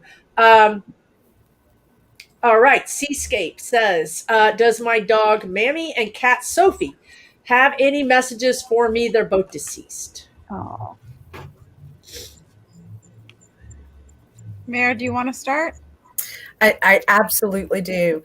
Immediately, I have a flash of the film, The Incredible Journey. And I can't even remember the animals in that. I think it was a golden retriever and maybe a Siamese cat. I don't remember what they were. But these two were on a journey together, and they were all over the place. And I just remember I sobbed and cried for maybe 3 or 4 days after watching that movie, because it was so sweet and so dear. These two are side by side. They are romping. They're whitewater rafting. They're horseback riding. They're having all sorts of incredible adventures together. And they are right there together. I'll ask them about messages for you, but it feels like, hey, we're having fun. We're all good. Back at you, Joe, to see what you're coming up with. Oh my gosh, these two are making me laugh. So right away, I was hearing, "Here we come," walking from the I think it's monkeys. Here we come, walking down the street, and literally, I see this dog and cat arm in arm. And they're doing that crossover thing like the monkeys did. Like, here we come, walking down the street. And then they're looking at it and they're singing it. Like, and they're looking at each other like, we get the funniest looks from, because they were a dog and a cat. Most people, and so we get the funniest looks from, and they're literally like a class act is what I keep hearing. They're a class act performing. Like if you were to go to Las Vegas or see a show, they feed off of each other's energy to bring entertainment. is what I keep seeing. But they are like this. But I thought I was seeing things and hearing things when the two of them are like basically karaokeing to the monkey song, Here We Come, as their arm in arm. So that's what I was getting from the two of them. And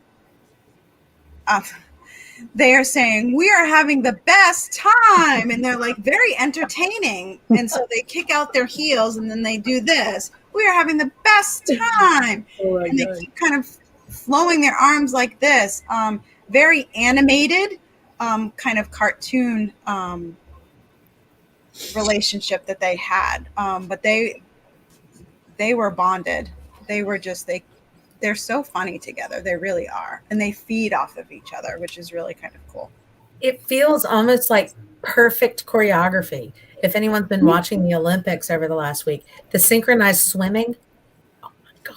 It's like they're completely in sync with each other like that. And they're so powerful and they're so able to be right there together, like a vaudeville act or something. It's perfect. It's perfect.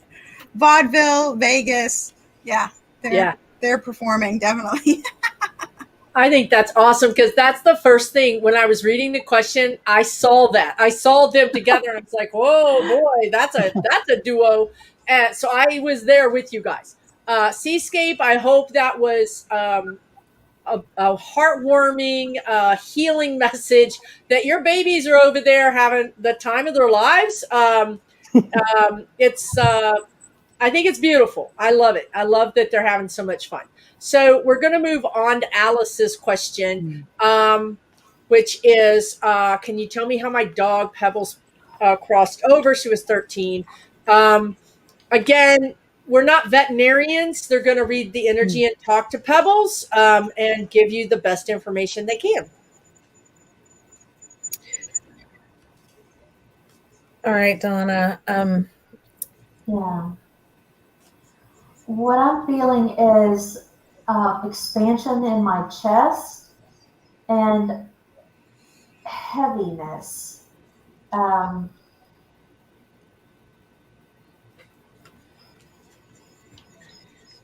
it was just like it was just sudden, like my chest filled up, and there just wasn't any room for air. And there was no pain or anything like that. I'm not feeling any pain. I'm just feeling this heavy fullness in my chest and spirit leaving, the soul rising up out of the body. I can feel that expansion as you're talking about it, but it feels almost like a pop, like something just. It was. And and then I can see Pebbles going, oh, so okay, and that's it. Like a little bit of a not surprise, but understanding, but very quick, no pain to me. I feel nothing. Do you feel anything, Donna? I feel no pain. It wasn't painful, and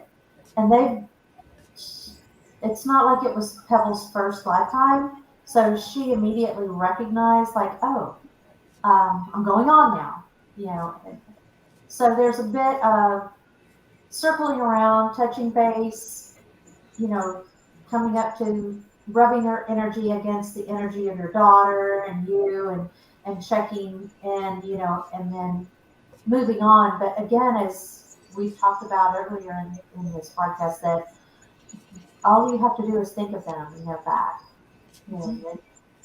It's so easy for them to come back into this, on this side of the veil. So I'm sorry for what your daughter's going through. It's hard when you love someone, for you love your beings. It's just really hard to lose a fur baby.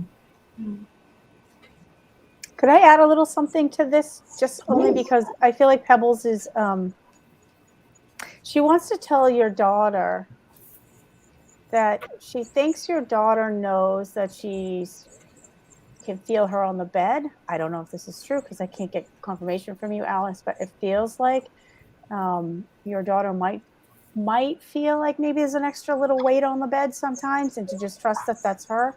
And she's asking her if, when you feel it, to tell Pebbles a story. She wants your daughter to tell her a story, to connect and like share a story with her when she feels her on the bed, so she knows it, because she's listening. I'd like to follow up. I remember that. Am I speaking over you, Donna? I'm sorry. I'm getting a feeling that your daughter actually is seeing and experiencing and feeling these things, but she feels a little uncomfortable sharing with them because she thinks it sounds a little crazy. So she doesn't want to say anything out loud. And you should encourage her to share these experiences, because they are real, and all of us that are here know that that's an actual thing. And she shouldn't feel uncomfortable by saying, I think Pebbles slept on my pillow last night, because she probably did. Yeah. I'm sorry, Donna, go ahead. That's exactly right. That you're fine. What a beautiful message from Pebbles and to Alice and to her daughter. I'm so sorry for your loss, dear. It is always hard. I mean, even though we know, and I know, and all these ladies know that the animal is on the other side, and in the case of these two right here having a great time, it's still hard. We miss them. Yeah. So Seascape is saying the two animals that you just read were quirky. One was a Maltese and one was a hairy cat. So you can see, you can just put that picture together. I mean, that's it right there. So yes, I'm glad that made you smile, Seascape, and I'm so sorry for your loss, Alice. Okay, so next question is some birds. Just to shake it up a little bit, do my past Amazon parrots, Simon and Sheena, have any messages for me or my current group of parrot boys? Oh,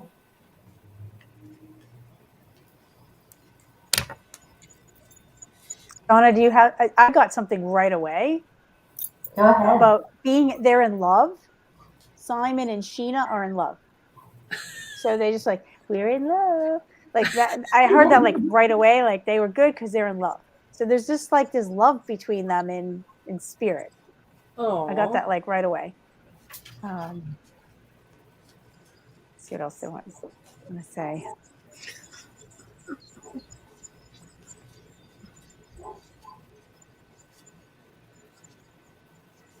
Yeah, I feel this incredible bond of energy between the two of them. Like they're just like they're in love. Like I don't know what it's not like Romeo and Juliet, because they didn't get to actually be together. But you know, like those stories of love where there's just this like there's this romantic story of love between the two characters. I just what I feel like between the two of them. Like I could be watching one of those romantic movies about two human beings. That's the kind of love I feel like they have. wow. Seeing an image of the two of them giving her like pecks on the teeth. And I hear, tell those boys they have no idea how lucky they are.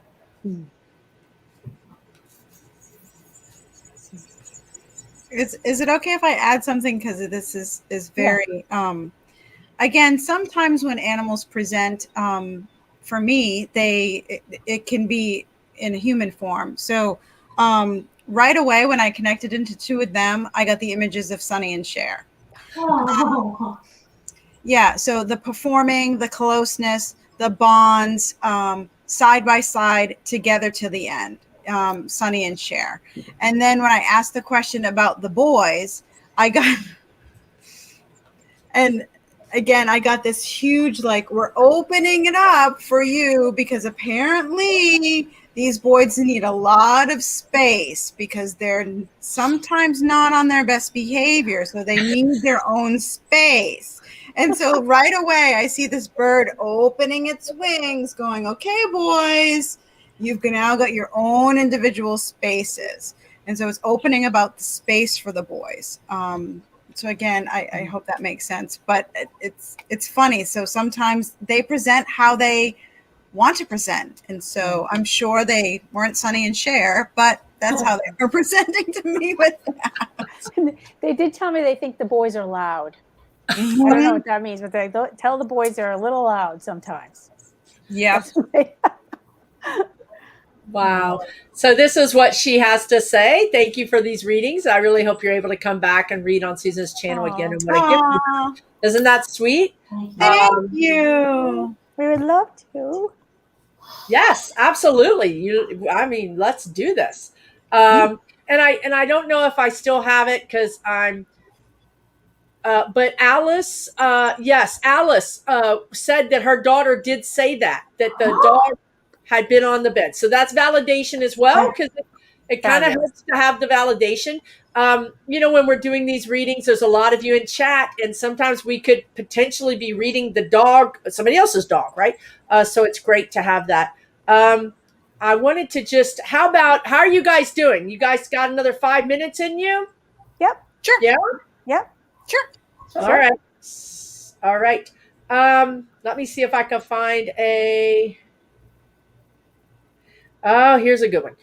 Hi, Karen. Maybelle, her poodle mix is alive and tries to escape. Just the dad's fenced, not ever hers. Fenced yard. Okay. She has to leave her 3 dogs with the dad. Okay. So Maybelle is one dog name? Maybelle is the one that escapes. She Okay. has 3 dogs that she has to leave with her dad while she's hospitalized. But Maybelle is the one who's a poodle mix, and she tries to escape. I'm picking up something with Jody. Are you picking up something? Yeah, Carrie, you go first. So I picked up right away from Maybelle that she's worried.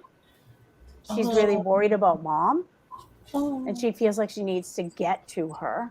So she doesn't like being separated from. I guess it's from. Hey, Karen, I'm Karen. The 2 Karens. She feels worried about mom, and she doesn't she's not being explained to what she's doing there. I don't think enough from her perspective. So what she is picking up is the worry that's happening when you're leaving her there. So in her mind, if there's worry, she needs to get back to you because she feels the worry. She could use a little explanation about what she's doing at dad's place, and asking her to do a job for you while she's there. Asking her to hold down the fort with the other dogs, and that you'll be back, and to explain to her that she's doing you a favor, or she's helping you by staying there with the other dogs and watching them and taking care of dad while you're off doing what you need to do, and that you're going to come back. So I do feel her anxiety around the worry she feels that you have, that she's worried about your worry. So similar to what Karen was saying, immediately when I connected in with Maybelle, I heard frantic. And I was looking all around, and I don't know where everything is, and like this. And then I heard her say, I just wish she would tell me, give me more notice. I wish she would tell me. I wish she would give me more notice. And Maybelle is telling me, she watches the children. So this could mean the other dogs, the dad. But it's almost like too much for her, because she's like, okay, well, when is she coming home? What are we doing? Okay, now I got to watch you. Kind of almost like a crazy, busy stay-at-home mom, to where she's trying to multitask all of these different things. And it's creating this anxiety and this worry, like, oh my God, well, she should be here kind of helping me do this. And when I ask her about the other animals and why is she okay, she just wants to bring them all closer. She wants them all to kind of, all right, guys, we're going to settle in. We're going to wait for mom to get back. We're all good. And so take control of this. So it's not so much of that, oh my God. Because there is a lot of worry coming from the dad and the other dogs. And so she feels like she's responsible to kind of take control of everybody else's worry. And I do feel that there's a soul lesson in part of this as well, Karen. Yeah. Not Karen, DS Karen, but Karen owner. So that there's also a soul lesson in this. but I do feel like the anxiety that is reaching, she feels like she can't control everything. She just would like some more notice. So when she has notice, say, okay, I'm going to be gone to the store for a little bit. I'll come right back. Then she can kind of gather everybody in and say, all right, guys, we're going to do this. But she keeps calling them the kids. I got the kids. I'm going to do this.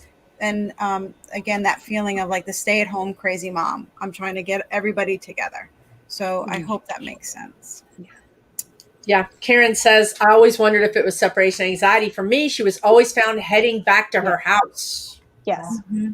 Yes. Because she feels you left her there in a state of anxiety or worry. And so she's trying to get back home to you because she wants to take care of you because you're worried. And also the panic, she also has a very delicate nervous system, this one. So the heightened energy around your leaving and her being separated from you is a thing. It's a real thing. She makes me feel like if she had maybe some of the things that smell like you with her, she would feel like she got left. I'm feeling like left in the cold. Yes. Not that it's cold, but like left, like it's too much of a shock to her system. So a bed that she likes, maybe one of your shirts, like leave a couple of your shirts that are a little smelly with her in an area where that it's hers, I think might be beneficial for her. And Karen, to go along with that, I got the image of, again, a human rubbing a blanket kind of up against their face, just this comfort and softness of this blanket.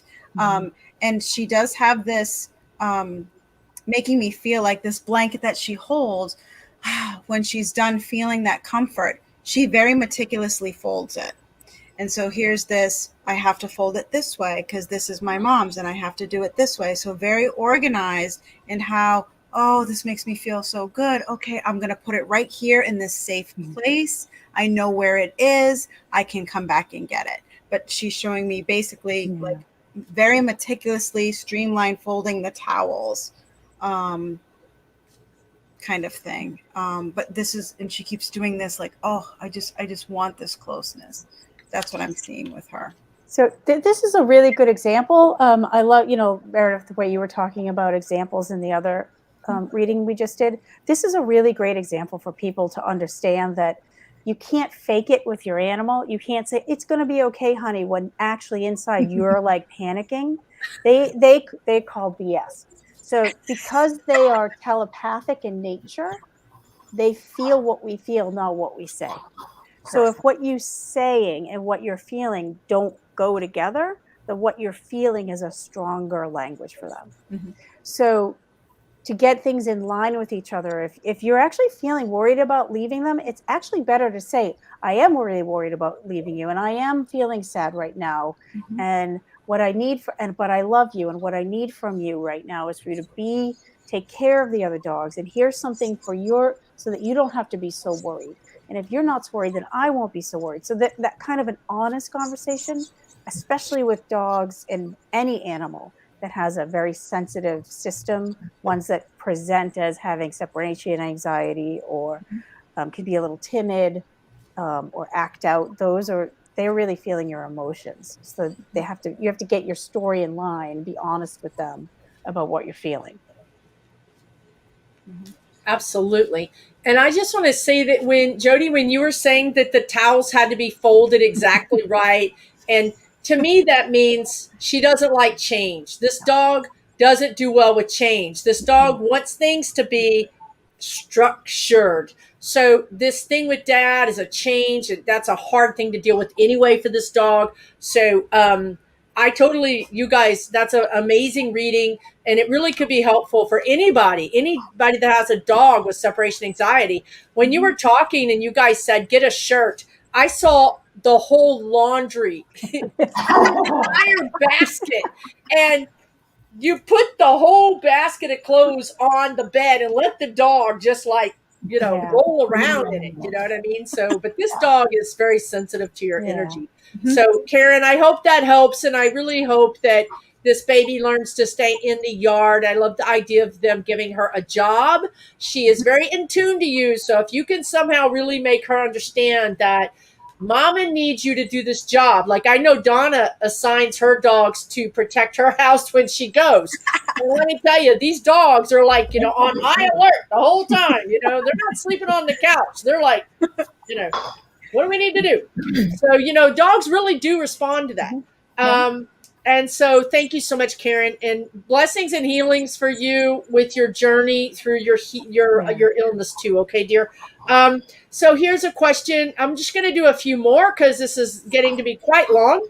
My cat Annie is alive. She growls and hisses all the time. She has since she came to me 8 years ago. Why? Okay.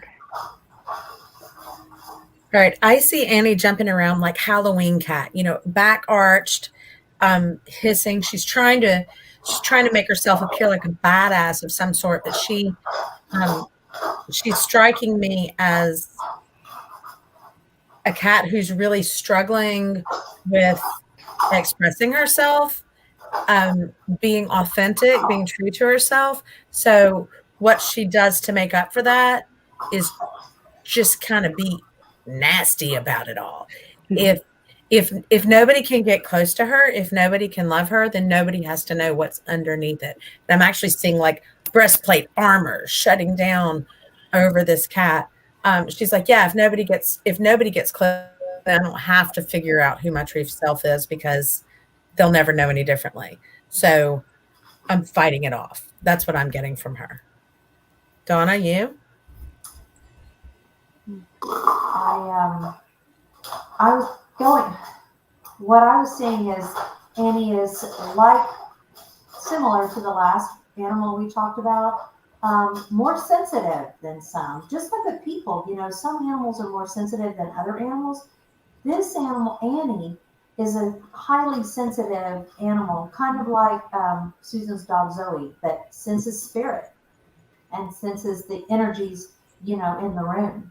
And so I don't know where she is all the time, if she's like in the house all the time or what's going on, but she is responding to the energy. Not that the energy is negative, but that's what I'm getting. So you're getting that she's actually seeing spirits in the area, in the room, and she's responding to the energy of the people who are coming and going. Yeah. I can totally get that. To me, she's trying to shut herself off from everything that's around her, this kind of like shield, sort of a carapace about her. Mm-hmm. But when you say that, it makes me wonder if it's overstimulation to me. There's too much going on. Yep. And she's trying to put up a wall of some sort to keep To separate whatever all of these things are from getting at her. Getting to her, not at her, because that implies that they're after her. There's just too much going on. Yeah, if it's okay if I jump in on this one a little bit at the end, I feel like she could use some calming something in her system, just to take the edge off. Again, we're not vets, but there are some basic things like Bach flower remedies, or flower essences, or I even know that I use with my cats, because I have a highly sensitive cat, and she will throw up if she's stressed. There's a product called Cat Calm by the Two Crazy Cat Ladies. There's some things that are just natural that you can mix into the food and into the water to just take the edge off a little of whatever this is. Mm-hmm. Mm-hmm. Yeah, that feels completely right. Like, Was that just a glass of wine? She's showing me these things like, oh, I just need to be able to let my guard down for just a minute, whether it's people or spirits or energies or whatever. Just let me go. I can see her actually like a young mom locking herself in the bathroom just to have a moment of peace and quiet. But the peace and quiet that she needs is inside of her own self. So something to allow her to close down a little bit of that stimulation just for a minute. Yeah. And I can actually, I just kind of want to sing. Just like, I feel the same way. It's okay. Could you give this cat Reiki? Would this cat be responsive to Reiki as Yes. a way to calm it down or Yeah. to ameliorate something? Absolutely. If the cat chooses, Yeah. it's definitely an option. But I mean, ultimately, I mean, you could send Reiki, and the cat just might not want it, and Right. and that's okay too. So knowing that you can give the cat Reiki, if the cat chooses to have it, or responds well to it. And that's the beautiful thing about a practice like Reiki is you can offer it. Yep. And these animals have free will. They have choice. They can choose to Mhm. accept it or not. But should the cat choose to accept it, yes, I feel that this cat could absolutely benefit. Okay. Yeah. You might also try some crystal therapy, like crystal elixirs, where you can put the crystal in the water, the clear water, and then leave it there and just pour from that water into their water bowl. And usually you can make like a liter or so, and it'll last for several days. You can have it in a container up to a week. It'll stay good. But I would say like amethyst and a celestite. Now, if you do that, if you put crystals in water, they have to be certain crystals because I know that some crystals will dissolve in water, right? Number one. Number two, you need to make sure that are all crystals okay to put in water for pets, or should they research that to make sure? No, you can talk with a crystal energy person. Okay. You can talk to somebody at the shop, but I know that amethyst is great because it's calming Okay. and it will help kind of ratchet down. It's Okay. not really like taking lithium or Xanax or anything like that, but it's that little glass of wine, Okay. Wind down time. Yeah, it's just wind down time for Kitty. All right. That sounds great. I hope that helped, Linda, for Annie. And I'm just going to pop this up here for a second. Karen gave us $5 donation, but she also says, thank you for the excellent advice. And sorry, Dad, leaving dirty laundry at your house for me to go. With a note that says, do not clean this laundry. These crazy psychic ladies told me to do it. Don't ask any questions. Right. So that's great. I just wanted to share that. I'm going to just do two more, okay? So this is Ashley's Tarot wants to know if Rocky forgives her because he got out in 2014. They found him passed away on her birthday after 3 days of looking. Oh, God. that's horrible. I'm so sorry. Sorry, Ash. I'm sorry, Ashley. Yeah, I'm sorry about that.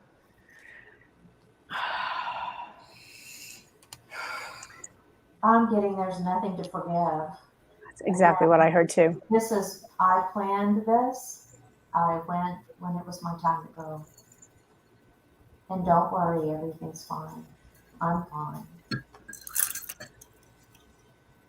Can I jump in? I'm getting this image of a dog going, psh, don't worry about it.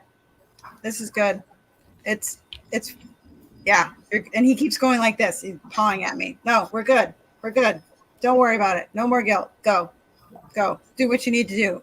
And he's like very nonchalant sometimes. Like, just go. We're all good. We're all good here. And he keeps going like, we're all good here. We're all good. And he's waving like that.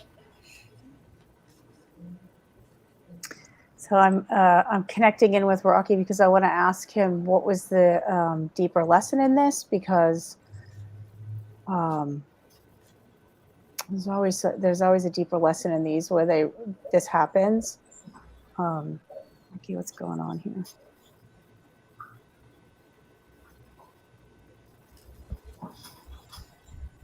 So he makes me feel the energy of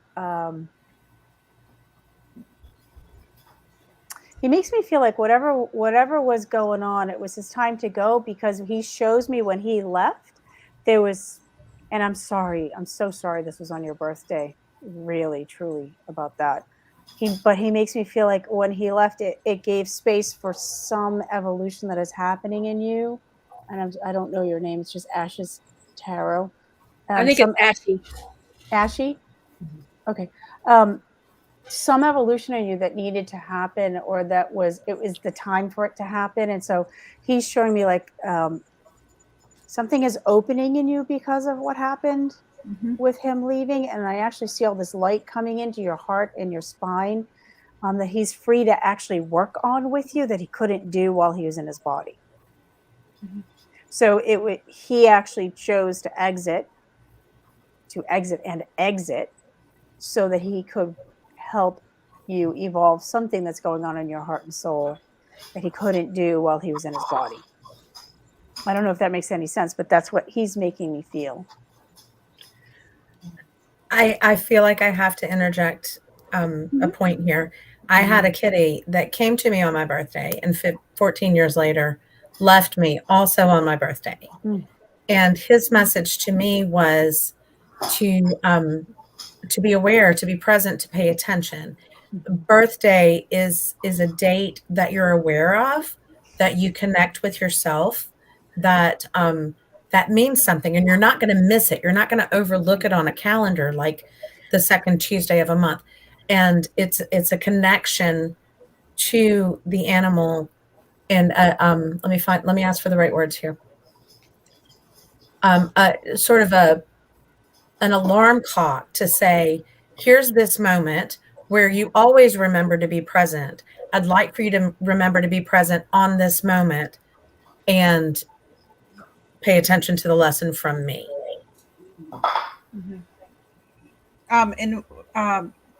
Is it okay, Mara, if I jump in? When I connected in with Rocky, right away I heard the words commitment to oneself. And this is why what Meredith was saying was being present and being committed to yourself. And this is why he chose the birthday, exactly what Meredith was saying. And then what I'm seeing is this, it looks like a 6 foot tall, and it swivels like this. So it's one side, one side, one side. So this is what you were with him. And now he's helping you turn to this new evolution of this new, I don't know what her name is, but he's helping turn this. It's I don't want to say turn the page, but it's almost like a flip. Like he's helping you turn to where you are now going to be this new person. And he wants you to be committed to this new person. Committed, be present. And that's why he keeps the birthday. That's what I was getting from Rocky. But I don't know how to describe it. It's like 6 foot tall, and like on one side there's like the heart, and then on the other one is like this blank canvas. And so he's turning it because you have free will. You are going to make, because of this experience, you're going to make this new person, and he is there helping you. He's committed to making this new person. That's why it's a blank on one side and then the heart on the other. So he's helping you turn it. I hope that makes sense. So yeah, I'm so sorry for your loss of Rocky. It's heartbreaking. It is heartbreaking. I'm so sorry, dear. Donna, is that your dogs growling? They're playing. They're playing. Do you want to show us your baby? If you'll come over here. Bogey. She has a brand new baby puppy who is playing with her her rescue. And that's what you're hearing is that arr, arr, arr. I just wanted to tell people because it's like, what is that noise? Look at this baby. So cute. Bogey. Face. Love it. Hi. He's like 2.5 pounds of all boy, just all boy. And he just thinks he can take on anything. One question. How about one last question, ladies? Perfect. You guys, thank you guys so much for joining us. We're going to handle this last question. And then we're going to let everybody go. Have a beautiful Sunday night. Peony and Roses says, Cammie Lou, dog is alive. And why is she sleeping so much? And so am I. Okay, Cammie Lou. Cammie Lou.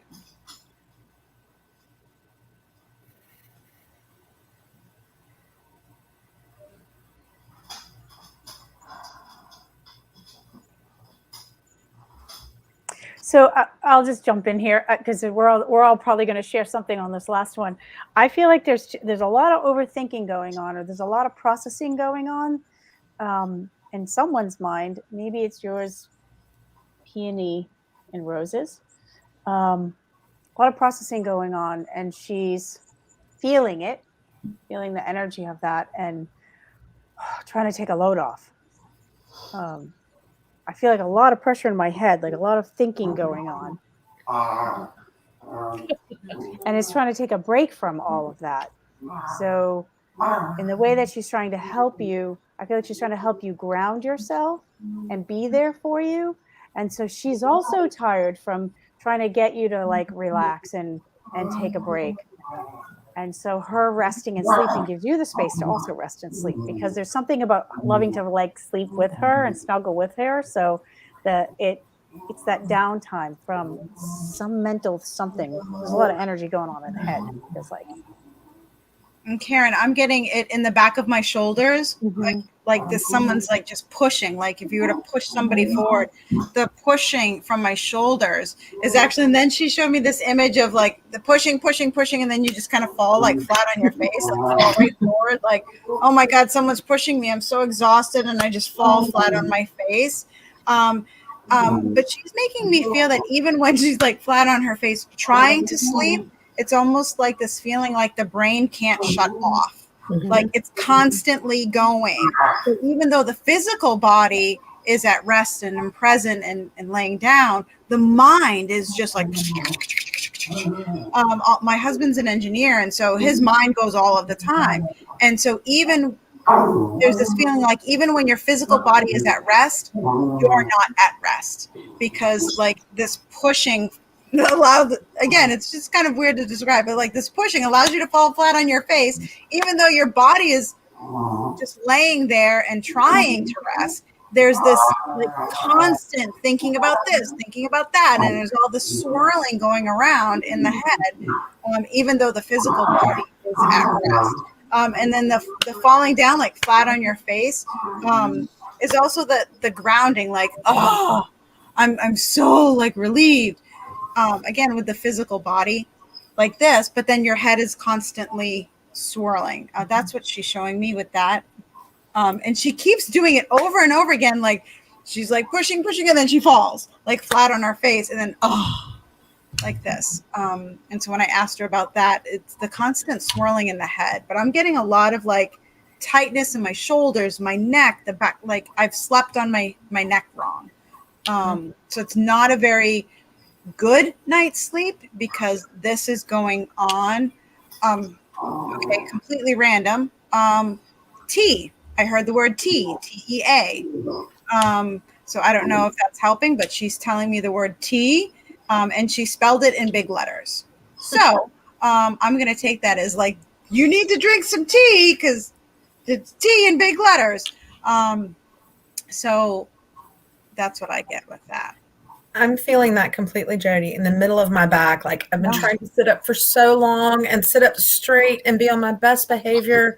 And it's just exhausting. And I'm pedaling. And as soon as I stop pedaling, I fall over. So there feels like a message of overthinking and mental exhaustion. Yeah. I made the comment to my husband earlier today that I often feel like I've got 17 browser windows open inside my head. And so I'm lying down in the bed and I'm going to sleep, but I forgot to shut down my browser, you know? So completely agreeing with all of that mental stress, all of that mental energy. And this dog feels to me like she's saying, I'm exhausted. Let's sleep. If I sleep, will you sleep with me? Exactly. If I show you that this is what we can do in this moment, will you join me in this process? Exactly. Okay, and this is going to be really funny. Along with the tea, you might be a vegetarian. I'm not saying you have to eat steak, but she's saying, I just want a piece of steak. Like the dog, Cammy Lou is saying, I could use a piece of steak. And it makes sense with the brain and the amino acids and like all this stuff, all the energy used in your brain. It's the only organ that doesn't actually replenish itself, and it uses more than any other organ in your body.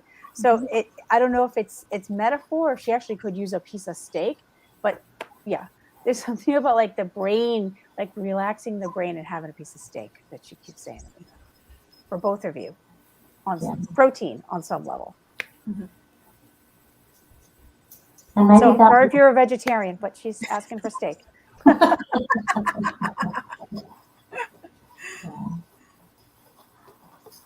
I'm getting that there's some change coming up, that there's, and there's been just a lot of concern and this kind of energy in the air about, what's it going to be like, what's going to happen, what's going on, change. And it just is producing a state of overwhelm. And so this is a time of like letting go, releasing, sleeping, purging, getting that out and resting up for what's around the corner that's coming up that's new. There's something new coming around the bend. Awesome. Okay, Penny, I hope that makes sense for you. And I feel like they've given you a message that also is for you as well about maybe eating some protein, or maybe about, getting some rest, taking care of yourself. So listen, everybody, I hope you guys all enjoyed this amazing 2 hours of animal readings. They have read so many animals, and I hope that you guys all found those messages healing and helpful, and know that your babies are still with you. They still love you. Many of them are romping and having a good time over there. So they're just, Beth Murphy is here. They're just they're still with you. They're still involved in your life. They still love you, and they haven't gone anywhere. And there's no reason to feel guilt. This is another thing that we need to talk about. As pet owners, we all experience loss in one way or another. There's no reason whatsoever, like I think Jody said, or maybe it was Karen, they've never experienced ever a pet coming through and saying, you should feel guilty. That's not ever a thing. So please don't ever feel that way. Feel instead their love for you, because they still love you. They always love you. And you're always there. It's like a team, like you're a team with them, and they're on your team. Anything else you guys want to add before we close this puppy down? I just saw something in the chat, Karen, this is for you, where Peony and Roses wrote back, she picks the steak out of her food. She does say that again? She likes to pick the steak tidbits out of her food. She picks the steak out. Oh my God. Thank you, Lou, for confirming. That's perfect. Yes, that is perfect. That's a great validation for the end. More steak, please. That's hysterical. Oh gosh, that is hysterical. Who came today. We're so grateful. And yeah, we're so grateful. Wonderful. So go ahead, Karen. I was going to say, we're here if you need to find us. I think our information is running through the chat multiple times. If you're a rescue or an organization and you want help doing a fundraising event, we're also here for you. And we love to help. And the animals love when they get to share their stories and know that they're touching their humans' hearts. So in all ways, we're excited to be here, and we really can't thank you enough, Susan, for having us on. I had a blast. Thank you guys for coming and doing this for free for all these beautiful people. And thank you guys for all your donations. I put it in the chat that we will pick a shelter or some sort of not-for-profit and donate all of your money to that. And you guys, they still have active fundraisers happening. As we mentioned earlier, if you weren't here, you can actually go to one of their active fundraisers and buy a raffle to get a reading. So there's lots of ways to support these shelters. Even if your local community doesn't have a shelter that needs help, you can always go to their website and find a shelter to support and get a reading at the same time. That's a win-win. So I hope you guys have a beautiful Sunday night. Again, thank you so much for joining us here on the channel. And you know what? I think we should do this again sometime in the We future. would love to. Yes, I think we should. And I hope you guys will join us again sometime and have a wonderful Sunday. We'll talk to you guys all soon. Take care, everybody. Thank you, Bye. Thank Susan. you all. Bye, everybody. Bye. Bye. Bye.